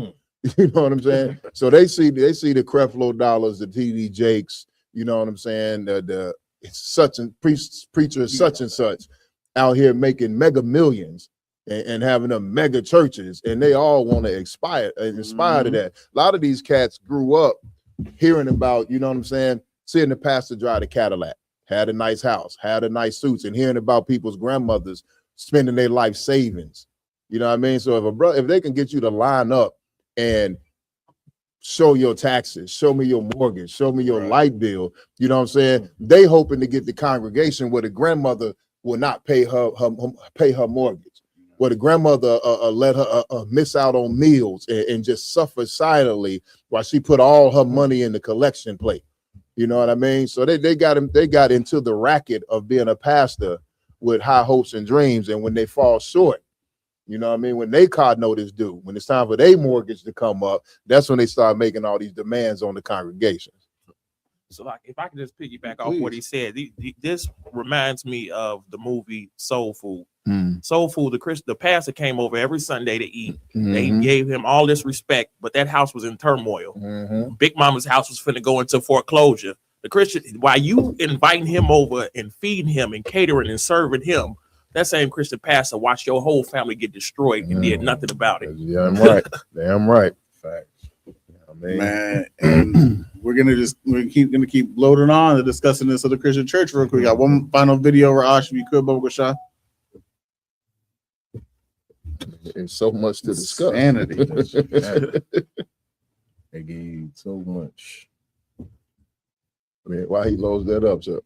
Go ahead. One second, Raj. What our people don't realize is that Christianity is the number one stronghold. You know what I'm saying? That keeps our people subdued and in oppression. It keeps us in a subservient mind state. It keeps us in a subservient spirit. It keeps our aspirations and ambitions down. You know what I'm saying? Because we've been told since slavery, you don't need to own nothing. You don't need to want for nothing. You get it all when you die. Right. You know what I'm saying? You're going to go up to heaven. You're going to live on a cloud. You're going to have wings and a halo. And you're going to get it all after you die. So don't worry about, you know what I'm saying, being anything until the pastor needs you to fill up that collection plate. You know what I'm saying? Then you got to be the greatest Christian on earth. Then you got to be the go-getter. Then you got to make some money. And if you don't feel that aspiration, then you less than dirt inside of that church. Right. You know what I'm saying? Go ahead, Raj. This is I don't know if you want to. I was just gonna say what this was about the sister who went off because the Christian church wouldn't feel do free. her funeral. You can say it again. Yeah. So this is the sister who went off. She was upset with the pastor for charging her loved ones because after they've been in his church for 55 years for a funeral. Happened. So I just went up on the pastor, his wife, the deacon, the church, the whole congregation, if they had something to say. Do you understand me? So me and my cousin, we get to the church to plan, to let them know how we want to plan the service or whatnot. Now, mind you, my auntie and uncle been members of this church for over 55 years. They pay their tithes faithfully. So the pastor turns around and say, that's going to be $800. $800 for what, pastor? He said, well, you know that in order for us to preach this service and do a nice homegoing, the church got to cook, and I got to pay my ushers to clean up, and then I got to pay some of my deacons to come. I said, you got to pay them to come to a homegoing for your faithful members? I said, let me ask you something. Where the money at when they paid their tithes every Sunday? Where they money at when they paid for pastor anniversary? Right. Where they money at when they paid for church anniversary? Where they money at when you did fundraisers? Where they money at whenever you did these cookings and all this extra stuff? Where they money at when you needed something for your light bill? Where they money at when you needed something for your rent? Where they money at when your mama and your daddy passed? And the last time I checked, my auntie did the cooking, and my uncle was running around here trying to help get you a suit. These folks been members of your church since they was little kids, and they was watching you grow up. And you finna sit here and tell me your money hungry ass finna charge us to have a service here? I believe the hell not. I said it's kind of funny how you praise people and you love people when they sit in front of you. I say, because you get up there and you say everything that you know they want to hear. You don't preach nothing about God. All you preach about is the tithes and what somebody gonna do in building this church and building your house, getting you a brand new car. Little Tommy need to go to school. Your wife need a new hairdo or a wig. Your daughter needs surgery, and I need this and I need that. And Sister Johnson over there, she having problems in her home, and Sister Sarah over there, she having trouble walking, and I need y'all to raise some money for her medical bills. And I need for y'all to just Man, I didn't think she was gonna go in like that. Get a sister a hand, sir. She need a flyer. She need to come sit up on the podcast. Yeah, Right? Yo, she got that pastor performance down pat.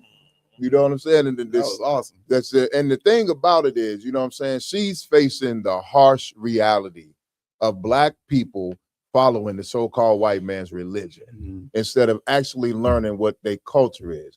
Because before this incident, if that sister would have came across the UPK, she'd have told us what, sir? We don't know the Bible. That we shouldn't say that about the church. You know what I mean? And she's not alone. You know what I mean? My aunt passed away, right?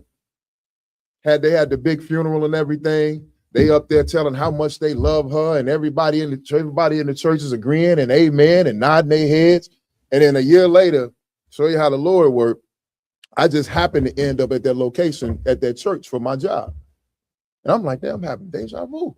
I walked in there, I'm like, okay, I'm talking to people. So I talked to the administrator, they let me come up. And as I'm interacting with the people of the church, the pastors, the deacon, you know what I mean, the assistant pastor, whatever he was, I'm like, yeah, my aunt went here. And I keep saying her name, and they like, who? Who? Now keep in mind, my aunt and my uncle made very good money their whole life. You know what I'm saying? And she was faithful to that church for about 40 years of her life. Paid tithes, did everything. She was there every Sunday, every event, dedicated her life to that church. And a year after she gone, who?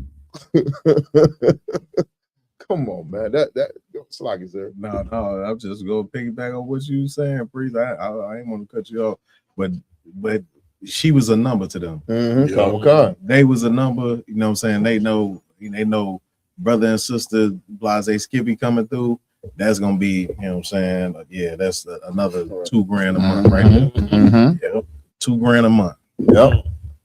Man, it's 55 years, 34 years of dedicated to garbage. Right. Dedicated to, like the scriptures say, ravening wolves. That's right. That are just here to eat up all your resources. You understand? Imagine how much money we pay for our little 10% for the last 5, 10, 12 years for some of us. You understand? That's just the Lord has required 10. Imagine how much they've been spending to the Christian churches. God knows how much. Right. You feel my point? And I can only imagine, like she's saying, what's so heavy is that every time someone that the pastor knows, we need to raise this, donate for this. But whenever it comes down to an actual member of the church, it's, oh, you got to pay. Right. You got to pay for this. You got to pay for that.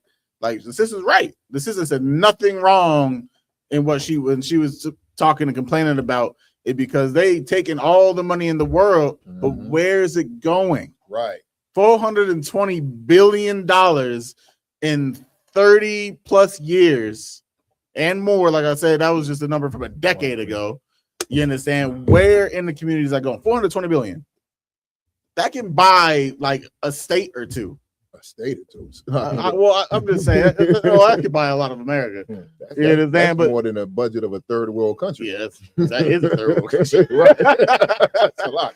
You understand? Well, that's the point. It's like that's just in the Black Christian church. So that goes to show like why do the ghettos look like they do?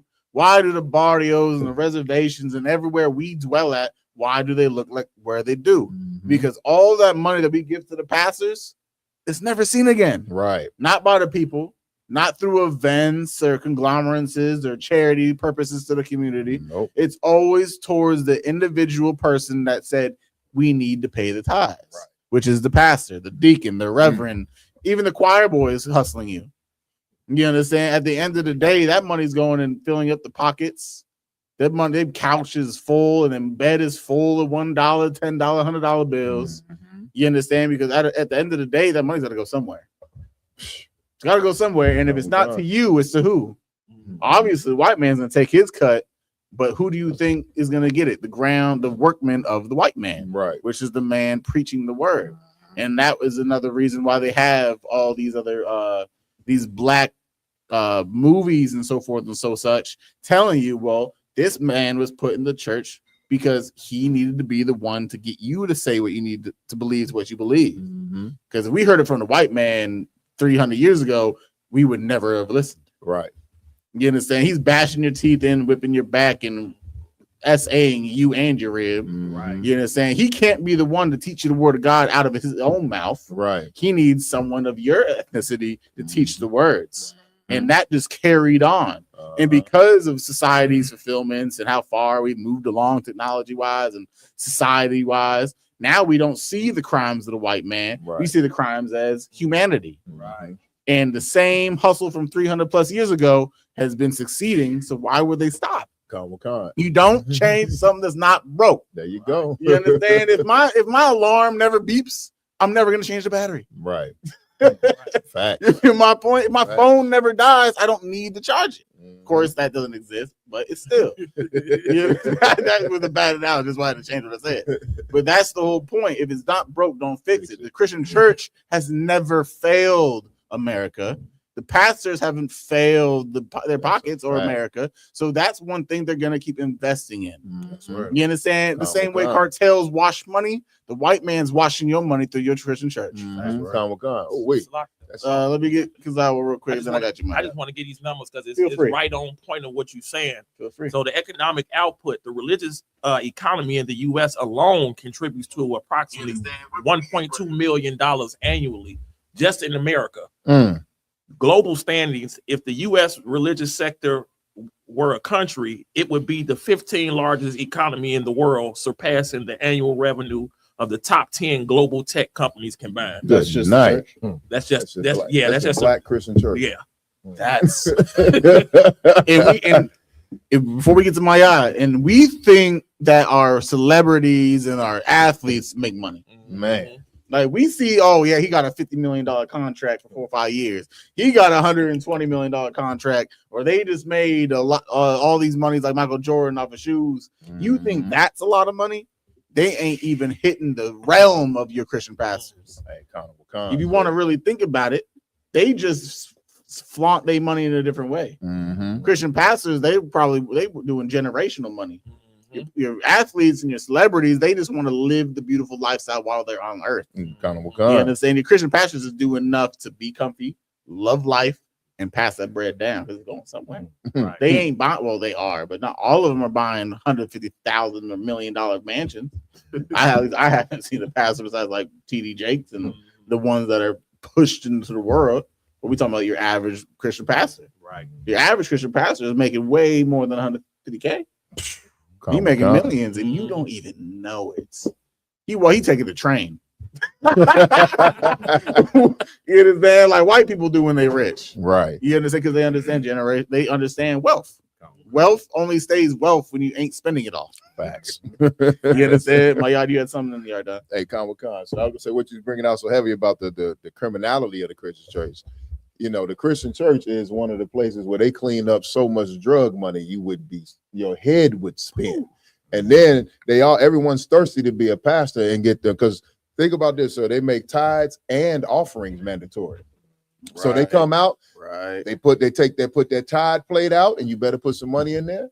Then they come out for the offerings. Now, offerings, as we know in the UPK, is supposed to be a free will offering and not mandatory.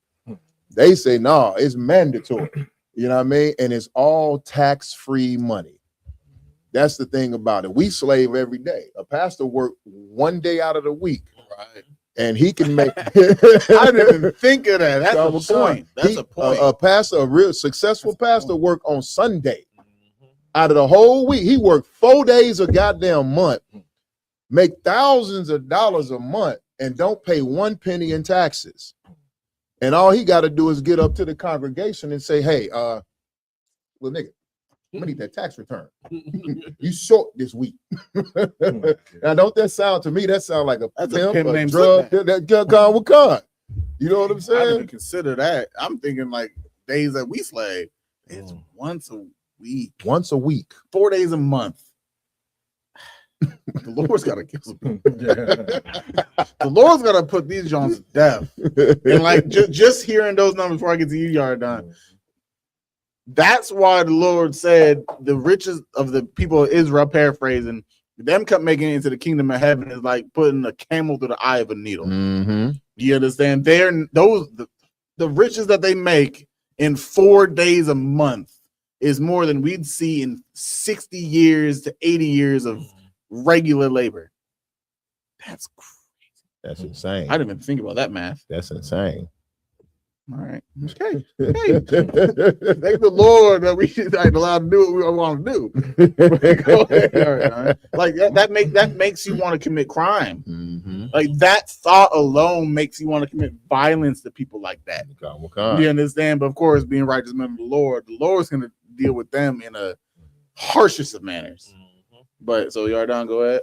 Yeah, and you know, that's just speaking of the Black Christian church. If you go into these Methodist and these Catholic churches, they not only making that type of money, you know what I'm saying, and the services, they have pensions. Right. They have pension plans and things contingents in the background just waiting on them whenever they retire. You know what I'm saying? So this is a luxurious life that these people is living on the expense of these neighborhoods that's destroyed around them. Right. And they come to work and they lavish cars, roll up in their lavish cars, go up in there like Lamont said, and for a couple of hours give people a motivation speech. Go on out there and get it. You know what I'm saying? And bring it on back home. And then we'll see you next week. See you next week.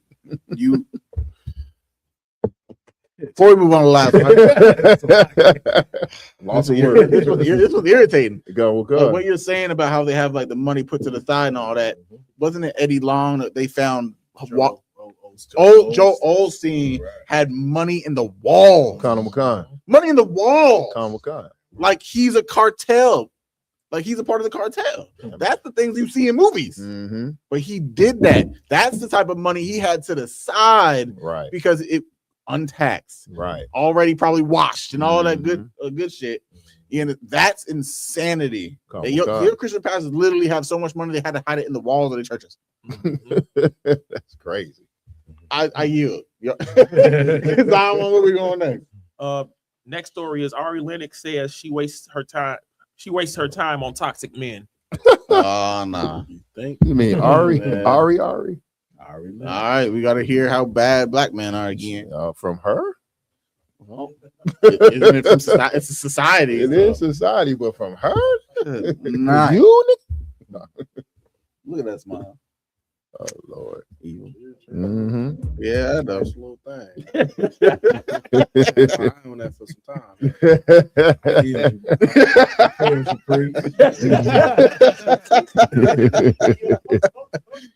Oh, no. I think I have a thing for toxic energy. So I think there's still some more healing that I need to do, because when I look back on all of these energies, it's a shame I gave them so much time and there were sweet energies that I didn't. And okay, so pause that. Pause. We just have to let everyone know this. You know what energies mean, right? Anyone want to give the PG or non-PG version of what energies mean? No, I'm saying, does anyone want to say it? So the PG version, PG or non, I don't care. She gave up the box. She gave the energies that she's seen was Rod.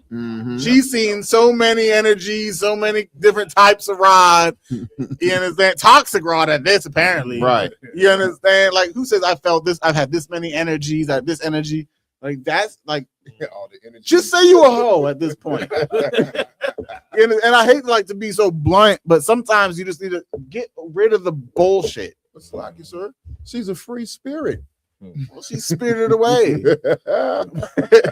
That you got to get rid of the nonsense. You understand? Stop trying to water down your. No, there's a specific word I'm looking for, but I can't think of it. Whoredom. Yeah, whoredom was not the word, but it works. You understand? There we go. That was the word I was looking for. Okay. Promiscuity, or if I said it right. Promiscuity. That's what they're trying to wash away and try to say it's energy, it's feelings, and it's nature and chakras. No, it's Rod. Just say that. Endless Rod. You understand? Obviously, we're in a society where apparently body count don't matter. So stop being so subtle about it and just say you've been through a lot of men that never worked. Just say that. Obviously, it's a crime to shame women. It's like so. But here's the sad part about this, because every couple years, a couple of these sisters that have ran the ride train, you know what I'm saying, jump off. They get off at the last stop. And they realize how ran through they have been, and they looking at all of the people around them, like their friends and their family members who one is famous. They get married, they got kids, they going on, and when they having all these beautiful lives, and yeah, you done dated rappers and ball players and all these other millionaires, and you got nothing at the end. Then they put this: I've learned my lesson. I'm trying to heal. I was wrong for being a pincushion. You know what I'm saying? Crazy. I was wrong. I should never have slept with 3,000 men in the past 7 years. You know what I mean? But I was young and impressionable, and I've changed my ways. And then 2 years later, you see them back on the ride train. Well, come on, video. It's a lot. There's one point out of what. One thing that I could get a sister is she at least she did recognize. We got Young Miami just came out and said she wished she was a young hoe again. She just definitely said the words. She said that word, those words specifically. If I could, right. You did. Well, shit, if I could, though. I guess. Remember Aisha Curry. You know what I'm saying? She was Steph Curry. She mad because she not getting the attention, and she was more famous than him when they first got together, and all the men not looking at her big watermelon head. And the crazy thing is, like, they were. Comic Con. Like the niggas in the world do. They were. So shut up. At the end of the day, just shush. Right. Rosh. Now we energies getting married. Not to see up. Okay. And starting families. I'm just like, dang, that probably could have been me if I recognized the security in those individuals at the time. And like now, I'm like, yeah, I'm definitely feeling that now. I'm aware that there's something going on. There's something wrong.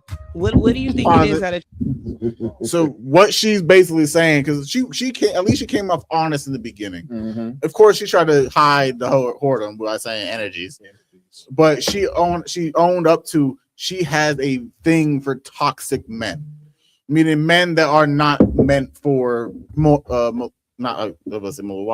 men that aren't made for committed relationships. Right. You understand? Men that are not good for her and everything like that. She understood that she's drawn to a certain type of male that has not been good for her, which is good. Akim, you gotta keep it down. Go somewhere else or keep it down. That's what we gotta at least take from that. She's owning up to her naivety. Right? You're not. Yeah, if I could too. And this shows the lack of education too, because you know what I'm saying, in the Bible, you know what I'm saying, it gives a prescription for a man and a woman. Right. That a wicked woman should be given into a wicked man. Mhm. So, you know what I'm saying, when you do, you know what I'm saying, seem to attract a certain thing, that's God's way of telling you what kind of person you are. You know what I'm saying? That's biblical. That's like IG. Yeah, Con, sir. Sluggy to my sisters out there. I got to give y'all some tough love. A lot of y'all are just stupid until you're 40. There you go. Like you're so stupid. And then once you turn 40, all of a sudden you understand everything. Okay, you're out your prime now. Nobody wants you. You're 40. Menopause brought the answer. Menopause, you can't have babies. Of course, now you see the light. Now I want to be married with children.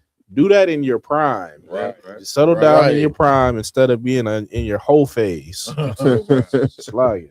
Hey, IG, you give them a little too much credit with the 40, Priest. I was about to say, she just admitted at 60, Priest. They went into the last couple decades of life. You know what I'm saying? Wrinkles come now. They understand everything. Right. They want to settle down when the Lord's about to settle them really far down. Let me say. Oh my God. Hey, so that's great. Like obviously, Don pretty much said, I'm gonna say 40. 40, they might realize it, but they keep going strong. You know what I'm saying? The wise of them might finally settle down with a man somewhere, but we live in such a wicked society where, you know what I'm saying, our people have fully not just adopted but absorbed the ways of the heathens. You know what I'm saying? And then feasted on it for so long, it feels natural to it. So all their perversions, all their promiscuity, all of their fake nature loving, it's natural, free love, horror speed, that chakras and all that crap, all that stuff is nothing but excuses to run around and be loose and have no morals. And then even Christianity, you know what I'm saying? It's okay, sister. You know what I'm saying? I know you just came from the strip club last night and you sold your body to 12 men. Go ahead and put something in that collection plate. You know what I'm saying? You're going to find you a husband, though.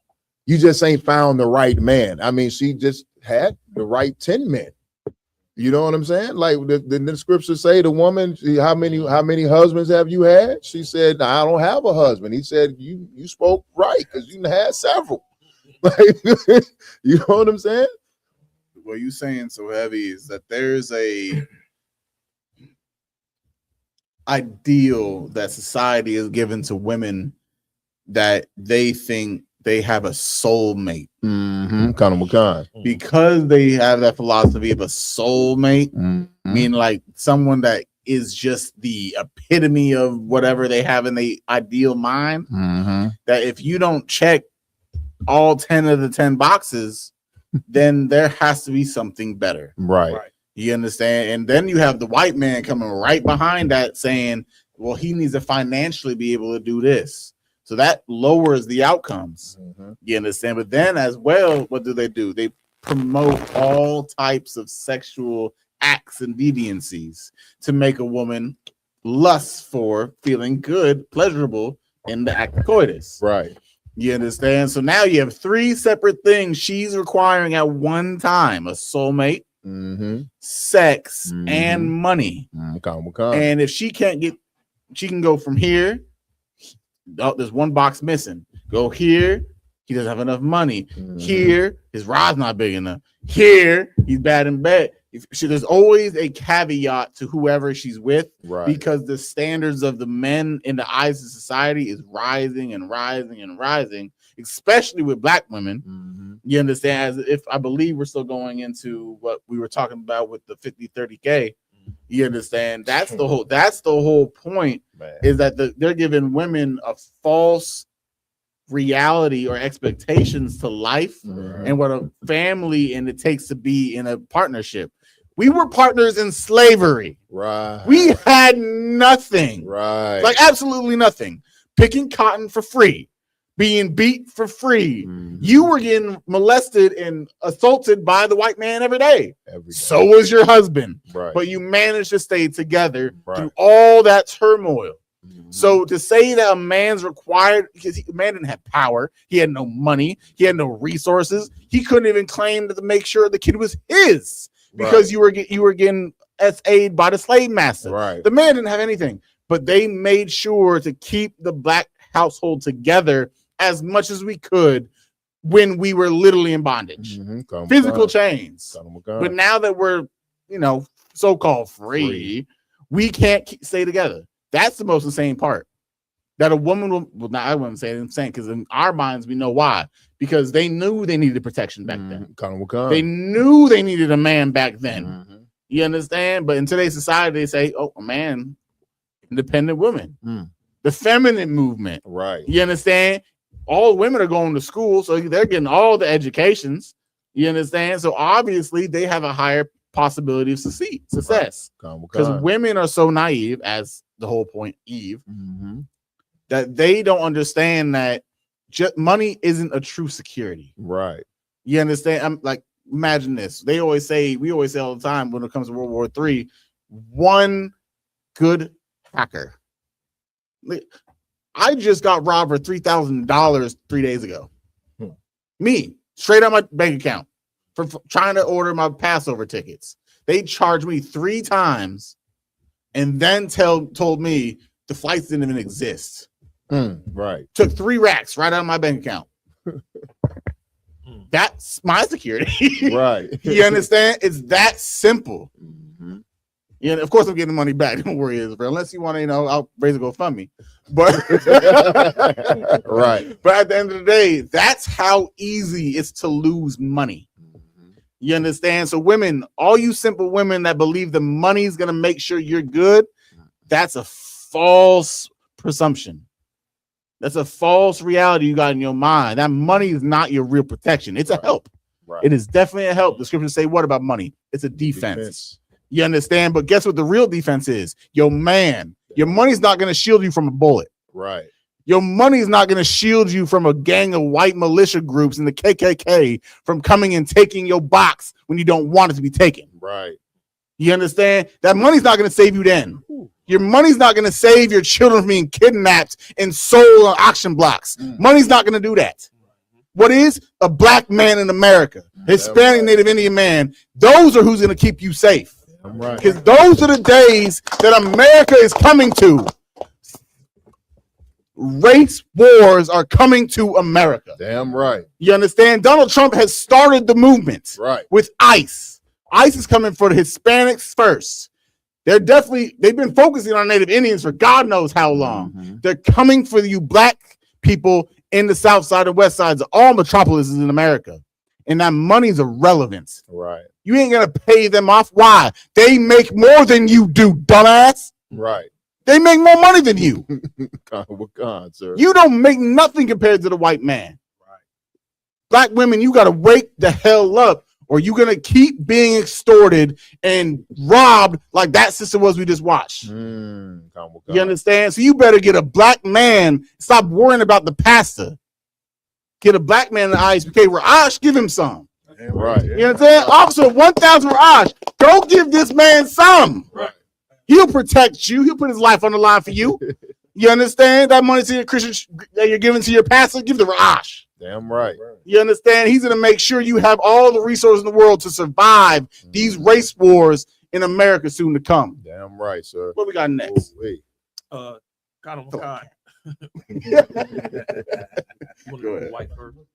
Yeah, the water. We got Dwight Howard's wife, Amy, says he's on drugs. We didn't finished our last video, but go ahead. Well, I can tell you what she said at the end. Womp womp womp womp womp womp. She took too many rides. She realized she messed up, and she's gonna keep following the same cycle. Pretty much. Which one of them on drugs? Is it her? Or him? Dwight Howard. That's his wife. Or both. Oh, ain't that the We're about to find out. Kettle black? Slocky, before this start up, this is exactly what you were talking about. She got a man who has money. Thank you. Thank you. If I'm not mistaken, I know she's gonna break down some of it now where you have the minute mark. Remember the minute mark? Let's go back I believe in the beginning, she says what has transpired beforehand of what they've lost, of what she's went through. And then at the minute mark, she gives the reason why. If I'm not mistaken. That's just a little bad. And I don't remember. This is Dwight. This is before you push play. This is your NBA X star. Right. X, right? Yeah. Dwight Howard. I don't watch basketball. He just retired. Okay. This is your Dwight Howard, the NBA superstar of old. His wife. Here. Please.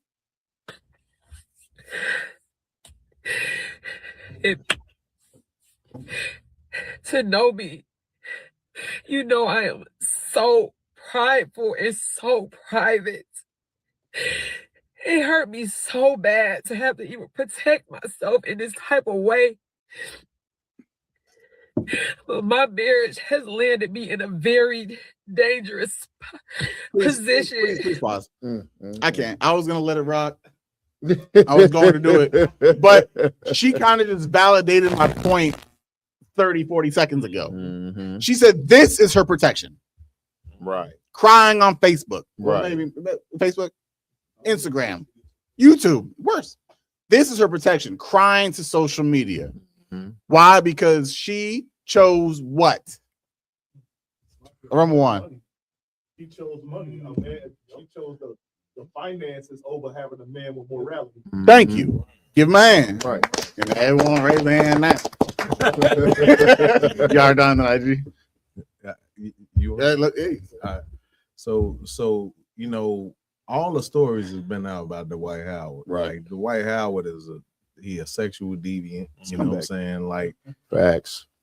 Like you know what this brother is. You know what I'm saying? And for you to decide to be with this man is just you making a conscious decision. You know what I'm saying? To deal with somebody that don't have, like you said, don't have no sense of morality. They don't have a moral compass. And you sisters gonna realize sooner or later, or sooner than later, that you know having a man with a moral conscience is better than having you a rich man, you know what I'm saying, in a mansion that can give you 50,000 a month. You know what I'm saying? Right. Yeah, Counselor, I was gonna say the same thing Jordan saying. Dwight Howard has been a atrocious faggot for a long time. Even right now, he's playing basketball in Thailand. Oh, no. You know what they known for? Lady boys. That nigga over there for men's. And she gonna marry this nigga. Like, what you expect? You understand? Money in the wrong hands or the wrong man's hands create Epsteins. Damn right. Create P. Diddy's. Right. Create Bill Cosby's. Oh God. Who was it that peed on people? R. Kelly. R. Kelly. That's what money in the wrong hands of a man do. Lets them express their sexual deviancies and their wickedness. You understand? Money in the wrong person's hands will be can be the downfall of an entire nation. Right. It's in the scriptures. You understand? Money, women in the wrong hands of men could be the downfall of many nations. You understand? But money, like the scriptures say, is what? The root of all evil. You understand? Men will sell their brothers, their family members. They'll sacrifice cities and humanity and everything in itself just for a coin or a piece of paper that comes from a tree, which is the craziest part. But I just had to say that point. She's talking about this is my protection. Blew me. Please read. Oh, please read. Keep going, Rosh. My stepdaughter was just taken by CPS because of her father.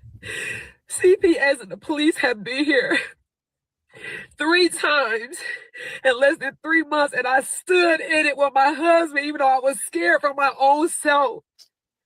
Whatever he wanted me to say, whatever it was, I'm thinking this is my husband. I had everybody around me saying, even after I tried to divorce him the first time, everybody around me says, you can't leave your husband this soon.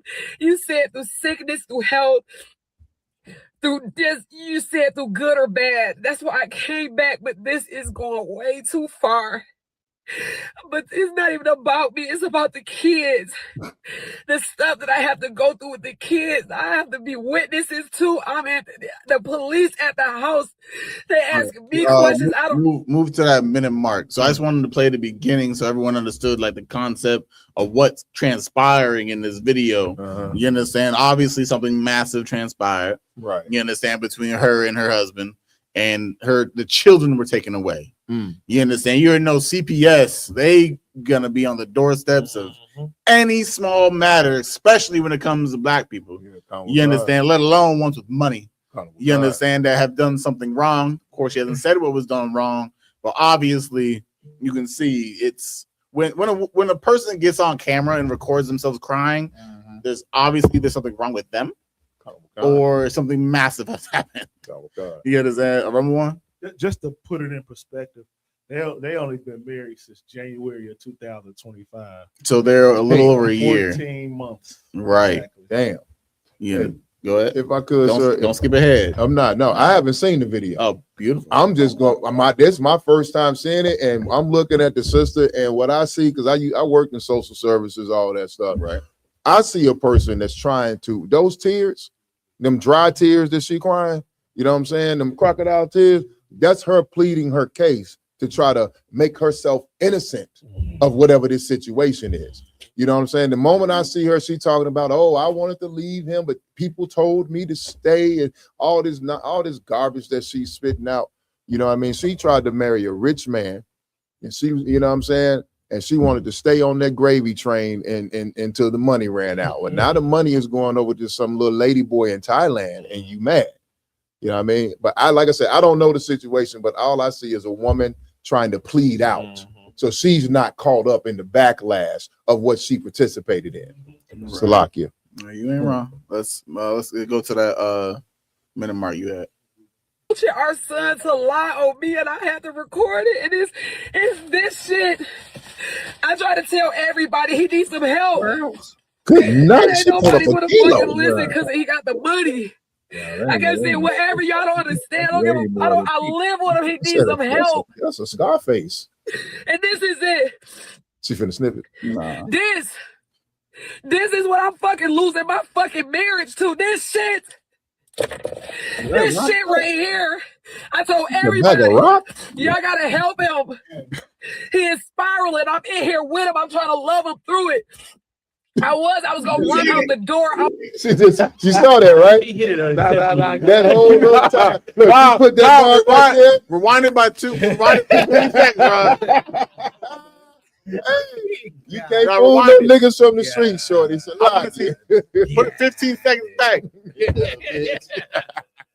My bad. Nah, yeah, I want to see this shit real. She couldn't have. This is what I'm fucking losing my fucking marriage to. This shit. And watch how she stuck her hand in This her shit right here. I told everybody, y'all gotta help him. He is spiraling. I'm in here with him. I'm trying to love him through it. I was gonna run out the door. She put that hand in the bag. Okay. We don't know what she did with the hand, if there was anything on her hand. Right. You understand? We're not advocating that she's doing the narcotics. That's obviously a load of them in the car. I mean, the fact of the matter is that she's making a video of it with her in the car and tried to say she's not the problem. Right. You can't have that much narcotics in your vehicle and make a video of it without something transpiring. Like, you ain't helping the cause. Hopefully that's your sugar. But odds are it ain't. She looked like Tanya. You understand? But I'm just saying, like, oh, that's crazy. But I wanted to advocate and help the sister. Then she decided to bring out an 8-ball. That ain't no 8-ball. Yeah, she brought a bag of flour size of, fun powder. That's the gold medal. And now she's trying and blaming on her husband at the same time. This is what caused my issues because my husband bought this. Right. Why do you still have it? You understand? Like, that's Eve. Good night. Eve. Like, if I have a bad little daughter, I'm gonna nickname her Eve. I ain't gonna put her on the baby. But IG, man, if I could, this sir, is insanity. There's no way before she got married to this cat that she didn't know he was a drug addict. Oh, yeah. So all the way up until you got married, he was clean, and then once y'all walked across the aisle, he pulled out the quarter ounce. And obviously he had the little Whatever the salt shaker. Right. This is like my guy said. This is an act. She's a drug addict. He's a drug addict. That's the point. But something went wrong down the line, and now she need to get up out of there. You know what I'm saying? Oh, and she ran off with his drugs. And she ran off with the with the Tony Montana. Man, night. Like it's a sad, harsh reality that we live in. That our children being taken away from us might be a good thing. You understand? Of course, this is because of the so-called white man. This is because the devil and Reagan pumped our communities with the drugs and the war drug movement gave us all these, narcotics or whatever the case may be. You understand? And of course, when you get to the upper echelon type of lifestyle, you decide to indulge in the things that they do because that's how they are. Right. You understand? If anyone's ever watched the series, Snowfall, you understand, how the game works. All these drugs came from the Jewish man and all that good stuff, and now it's around the society now. But it's sickening that the so-called white man is so cunning with his destruction of us, is that he brings our households and our families to be addicts. Right. And then once he creates the addict, he blames the addict and then takes the children to put in foster homes or the Epstein Island, for all you know. You understand? Or traffics or whatever the case may be. And it's just a sad thing. Like, a lot of people be like, it's good the child got away from that, which technically we would say that.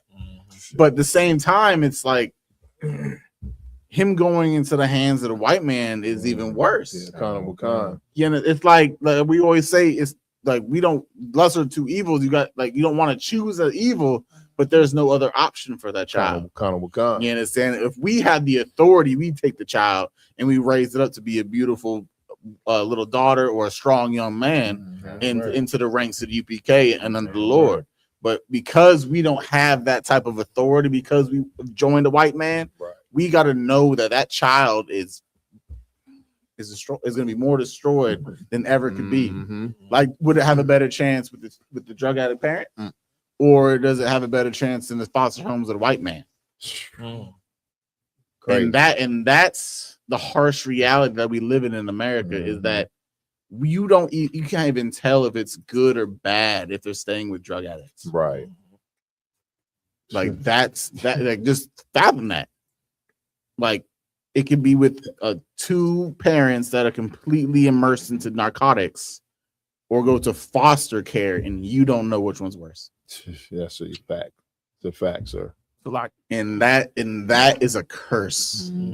That is a people that have no knowledge of power, of direction, of self. Right. That's how lost we are. And when the Lord says that we're a lost people, a lost sheep, not knowing where to call home, that child literally has no idea where home might ever be. Right. And when it does go to home, it might be to those parents that adopted 5 kids and used them as slaves for 10 years. Facts. It can go to the Epstein Island. I hate saying it, the Epstein Island. But it's facts, sir. It can just be lost in the paperwork and end up on the streets, and then becomes a hoodlum. You feel my point? And that's why the white man in America must lose in this world. Damn right. Because that should never be an option. Right. It's like, if I may, I just wanted to add to it. The most prominent families that get these kids that's adopted like this is same-sex marriages. So that's what majority of these black kids that's getting taken out of these black homes, they're going to LGBTQ, the community, and it's destroying the black and Hispanic kids even more. Just being in that community. Right. Dad. Oh, okay. Anyone else on this topic? Well, I was gonna say that one of the sad parts about this situation, she just incriminated herself tremendously, by the way. But the thing about this situation here is what she has successfully done is show that they're both unfit parents. You know what I mean? Because, like you said, we already know Dwight Howard is a deviant. His appetites and dysfunction have been in the media for years now. Right. Now she's coming along, and I'm sorry, I recognize. I'm not saying the sister is, but from what my experience growing up as a young man in Chicago and doing the things that I did and witnessed, she has all the appearances of a drug addict. You know what I mean? I'm not saying the sister is. I'm just saying by appearances when she popped on the camera. Now, with that being said, what she just did was probably successfully just forfeit both of their parental rights, because your kids can go into foster care. And if they deem you both unfit parents, they can take your parental rights away from you, and it can be temporary or it can be very much so permanent. And you would never see your kids again. Your kids, a lot of kids disappear into the system, never to be seen by their friends or their family or their parents ever again. And like you said, so we found out in recent years, you know what I'm saying? Well, I've known, because I worked in foster care, and I heard a case where the parent company of DCFS and American Foster Care says was accused of child trafficking on an international level. Okay, so there were accusations over 20 years ago.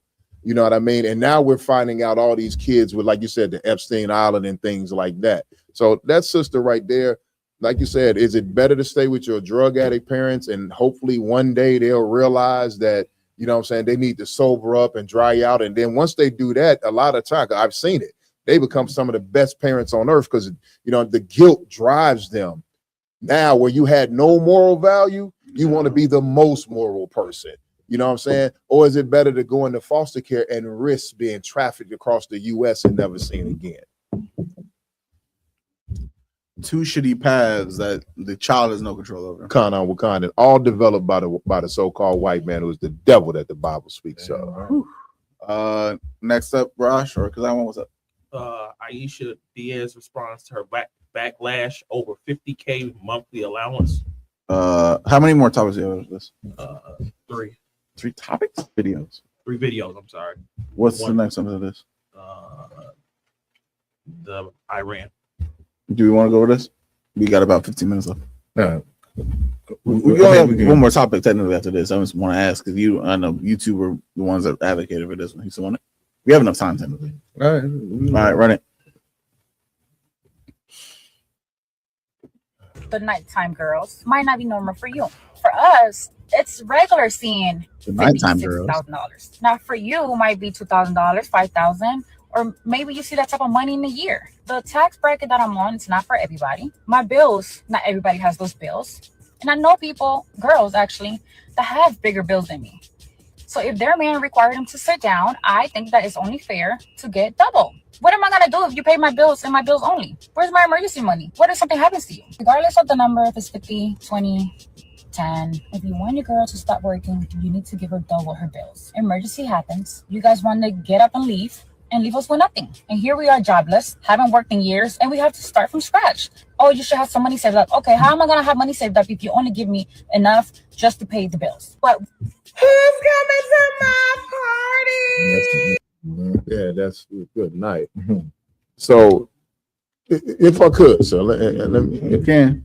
She's saying she gets $50,000 a month or a week.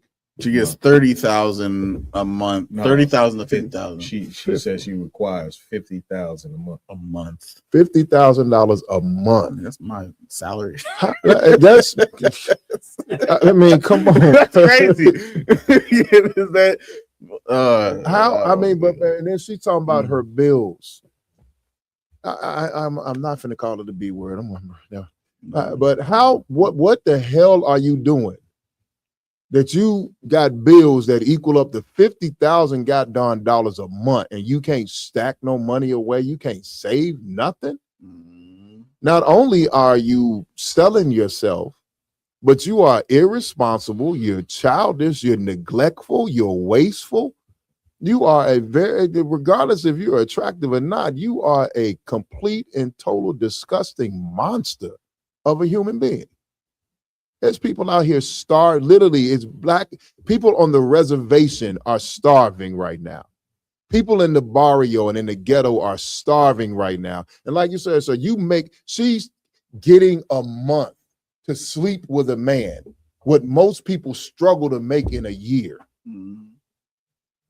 And she wants to complain. If you leave, then I need to be taken care of because I ain't worked in however many years. Get up off your lazy ass and go get some qualifications. How about that $50,000 a month while you sitting around waiting to earn it like a good old, waiting to earn it on your back like the good old fashioned way that America taught women to do? Why don't you put that money towards a college education? Why don't you put that money towards some type of high-end trade school, opening a small business, doing something constructive and creative? So not only do you have a backup plan and can make money on your own, maybe you can actually hire some of your brothers and sisters and change some of this damn destruction in our neighborhoods. Salaki, sir. IG? Con. I heard the sister say in the video that a man don't want her to work. Who the fuck don't want you to work? Right. Just go get a job. Salagi. Like, okay, I understand if you at home and you taking care of kids, you know what I mean? Y'all got a lot of children running around you, but obviously she don't. Like, so you just got all the time in the world and you want for a monthly allowance of what are you bringing to the table besides pussy and nothing else? That's it. That's a fact. You already know, man, like these brothers. And I guarantee it probably don't be that good. I can go get better. It was white man paying for this. I guarantee this is white man paying for this. Those old white rich men who want that little black or Hispanic woman that looks pretty, they the ones who paying for this woman to have $50,000 a month. $50,000 for some used beat up box. I'm sorry. To be a mistress. These type of niggas that get pegged. Right. That's what it's right. God over God. Man, I just too real. You telling the truth though. Is there a Too Real podcast somewhere in the UPK? Because you might as well recruit IG. You understand? But we gotta think. That's the type of way you gotta think. You understand? That's definitely one of the reasons UPK is hated so much, is because we don't spare feelings at all. You understand? This is a hoe. You understand? She's just another trollop. You understand? That's saying that she needs this amount of money for her to be in a relationship. She's just an expensive prostitute. That's all. You understand? Once you require finances to be a certain thing, you have sold yourself. You understand? You're a prostitute. She's sold herself to be in a relationship. Relationship come with what? Sex. So now she's a sex worker.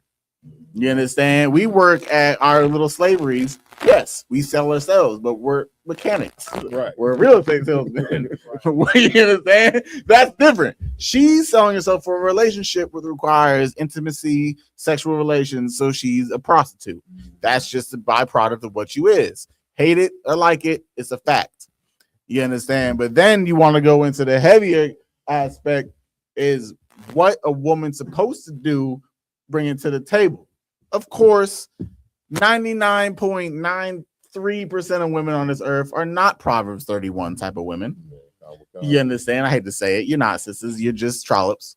But at the end of the day, there is a way a woman can be a very good wife, even though she doesn't slave. You understand? What she's supposed to do? Make investments. Right. You understand? All these people be like, I'm an entrepreneur and all this nonsense. That's fine.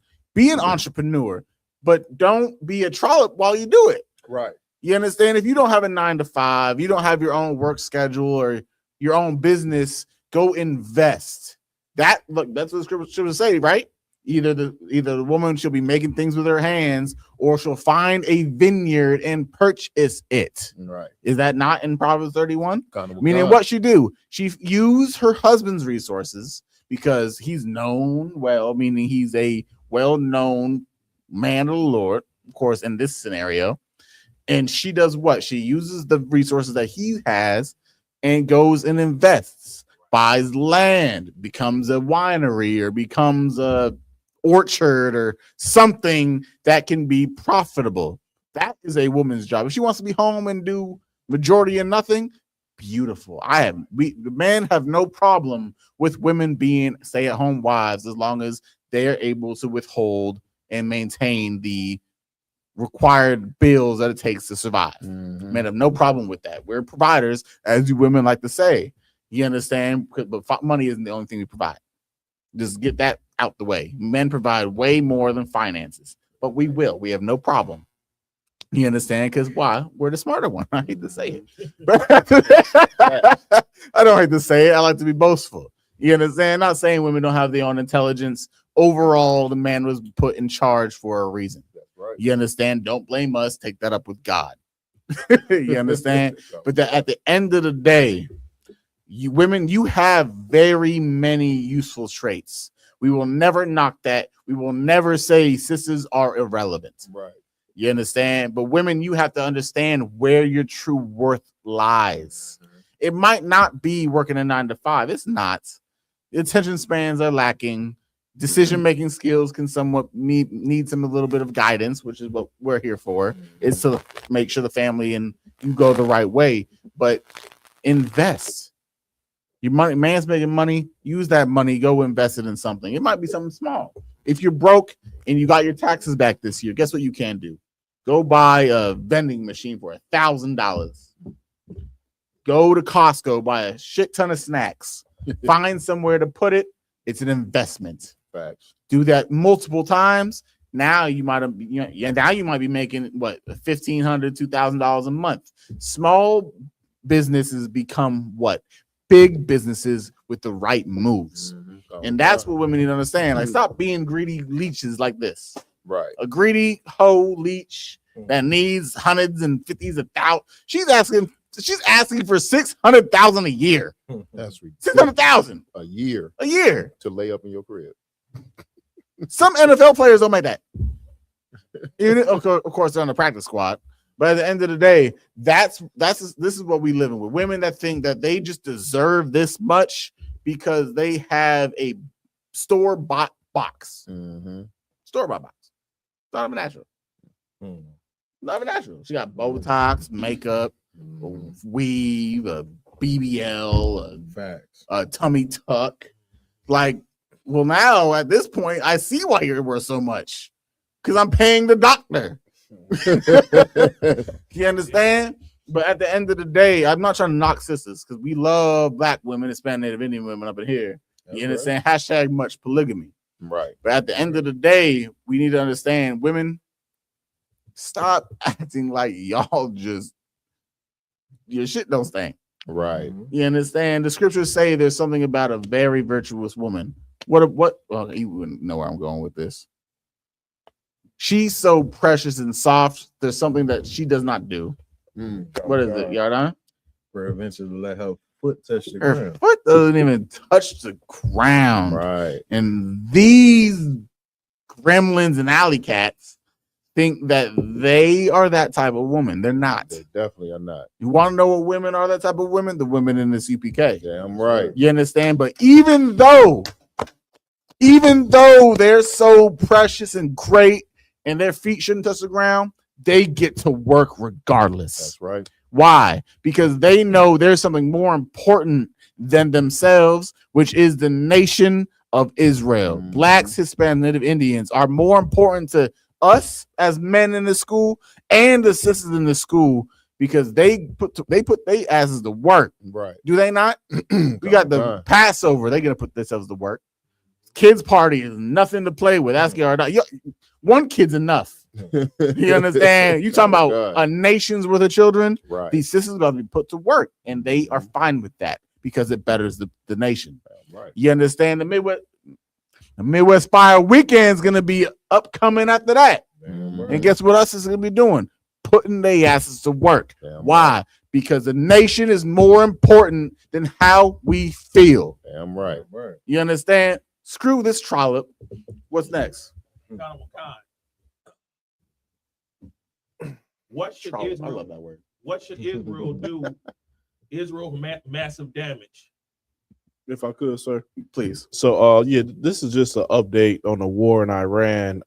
It's kind of hard to get some like an update that's not propaganda. Right. So this devil right here, he gives real good updates that's not influenced by the Western powers. So he gonna go into what's going on in Israel.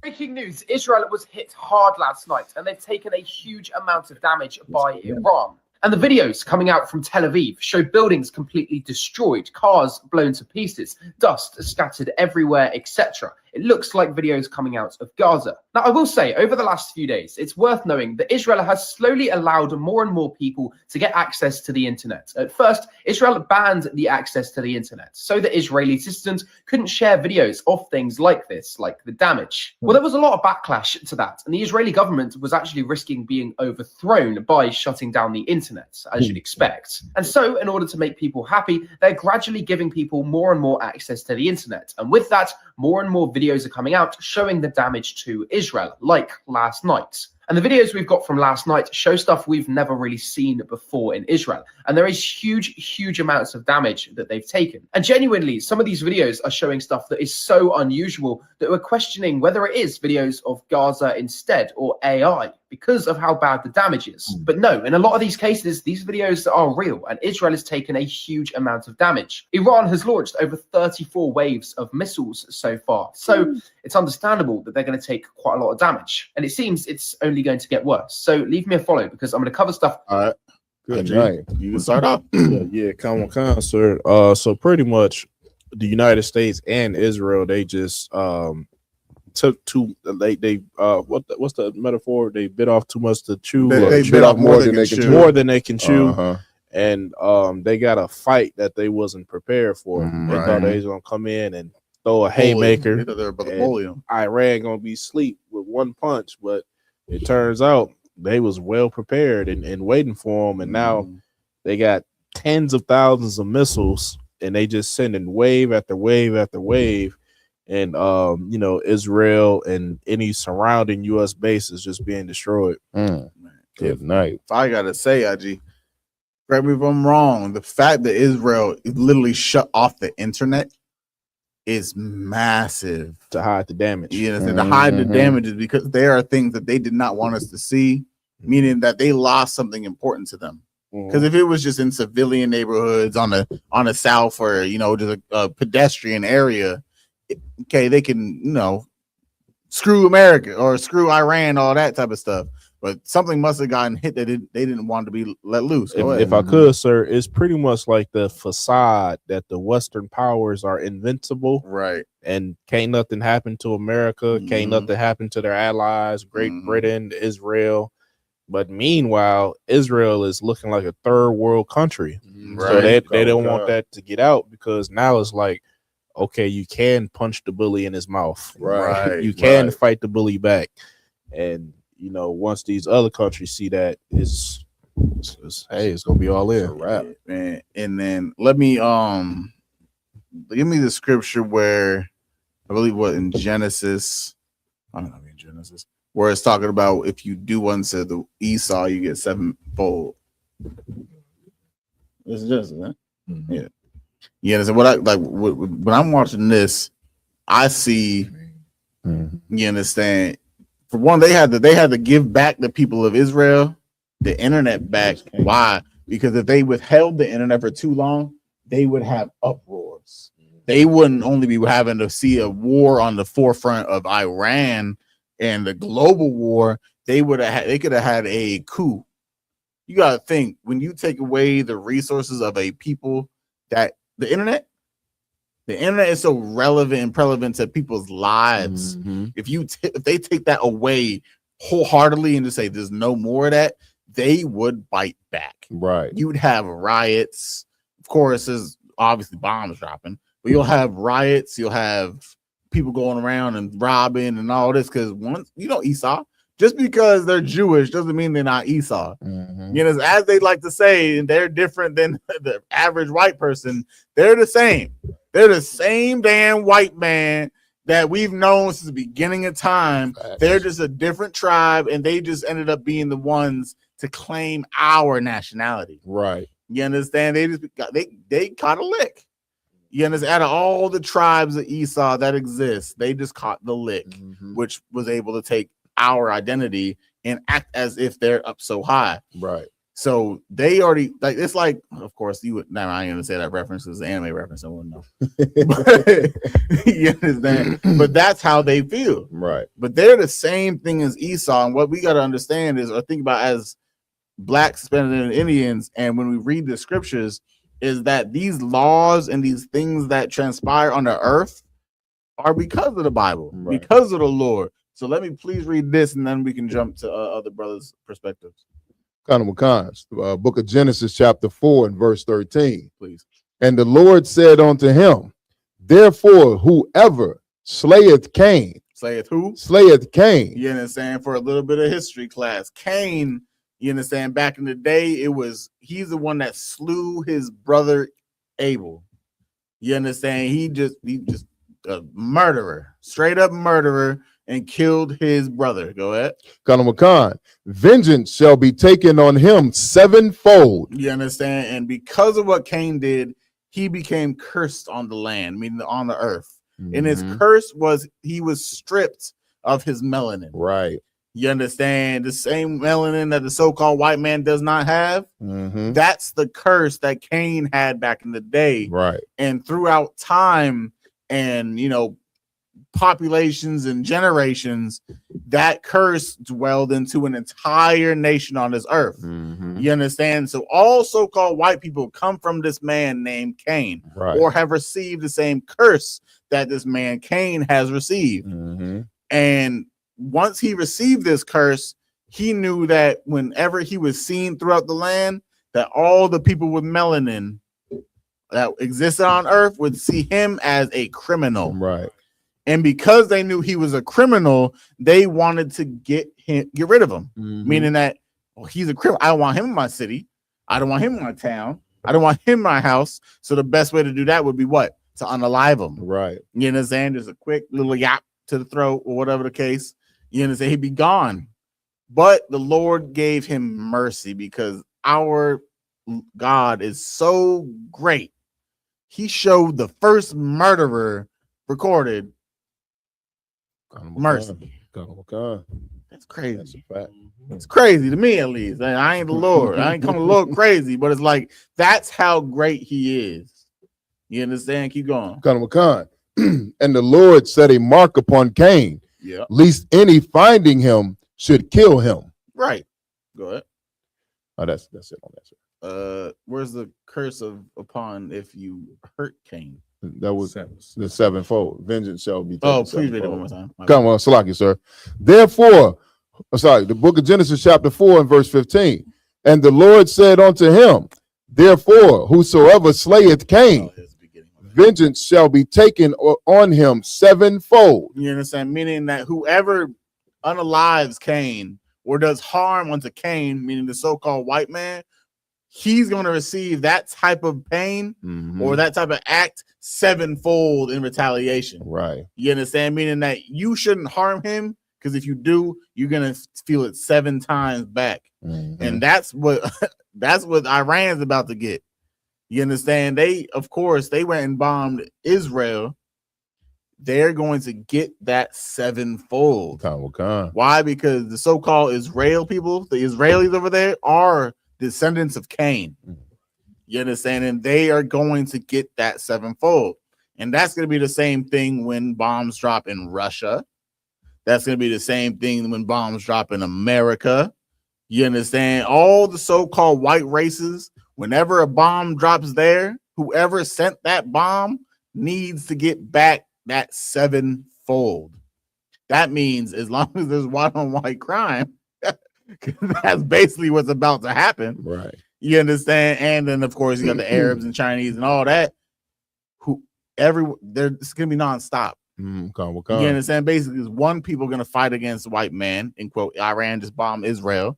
Israel's going to do that back sevenfold. Right. They're not going to take that kindly. And then bombs going to drop either in Russia or here, so forth and so such. sevenfold again, then onefold, then sevenfold, then onefold, and now we're at nuclear bombs. You understand? And that's what we're about to see in the times of now. IG, do you want to move on to the next one? Yeah, come on. Should Iran do this war?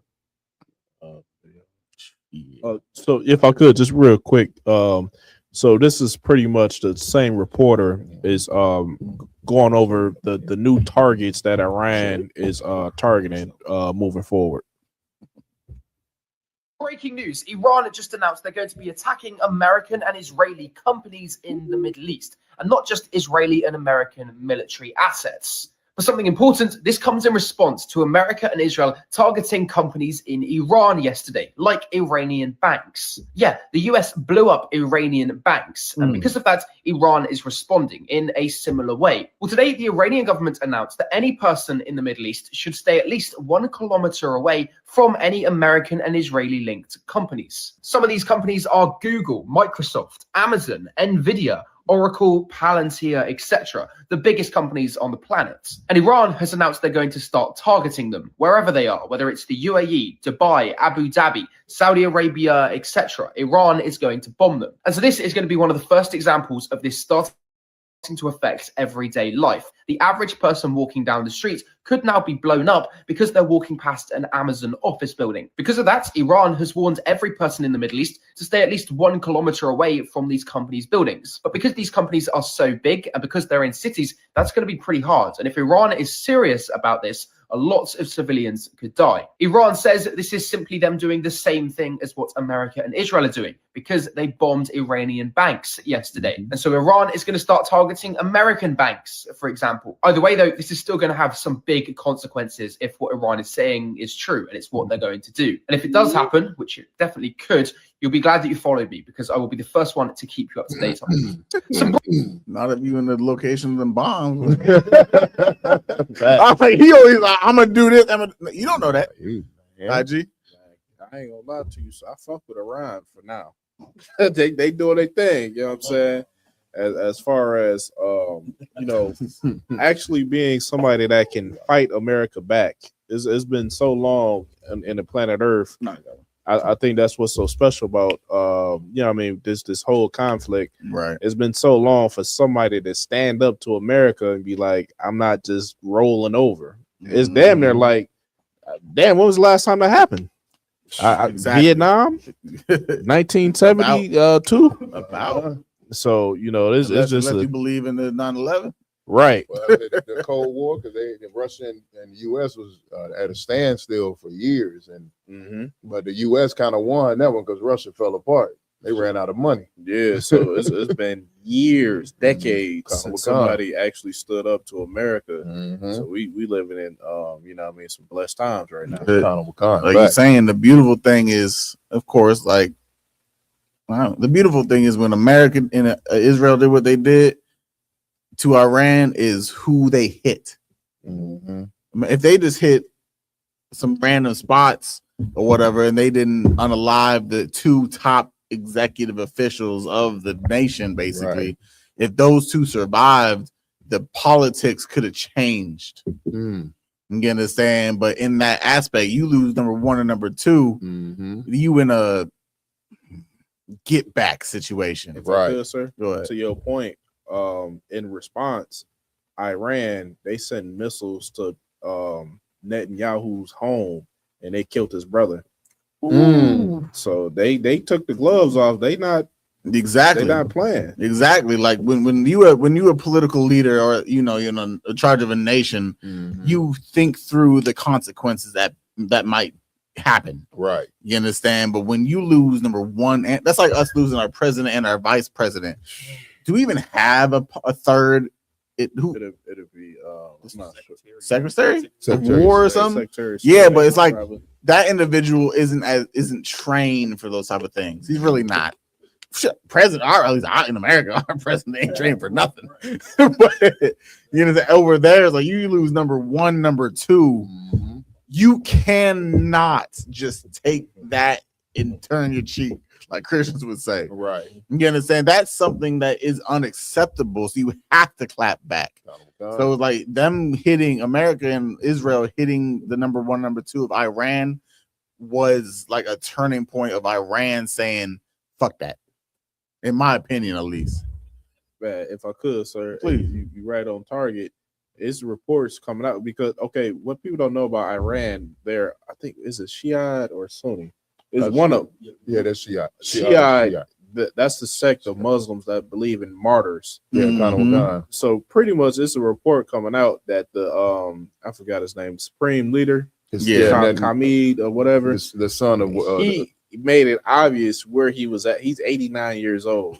He was at his home knowing that they was going to kill him. So he martyred to die. He martyred himself. He wanted to die. He's about to anyway. So you know what I mean?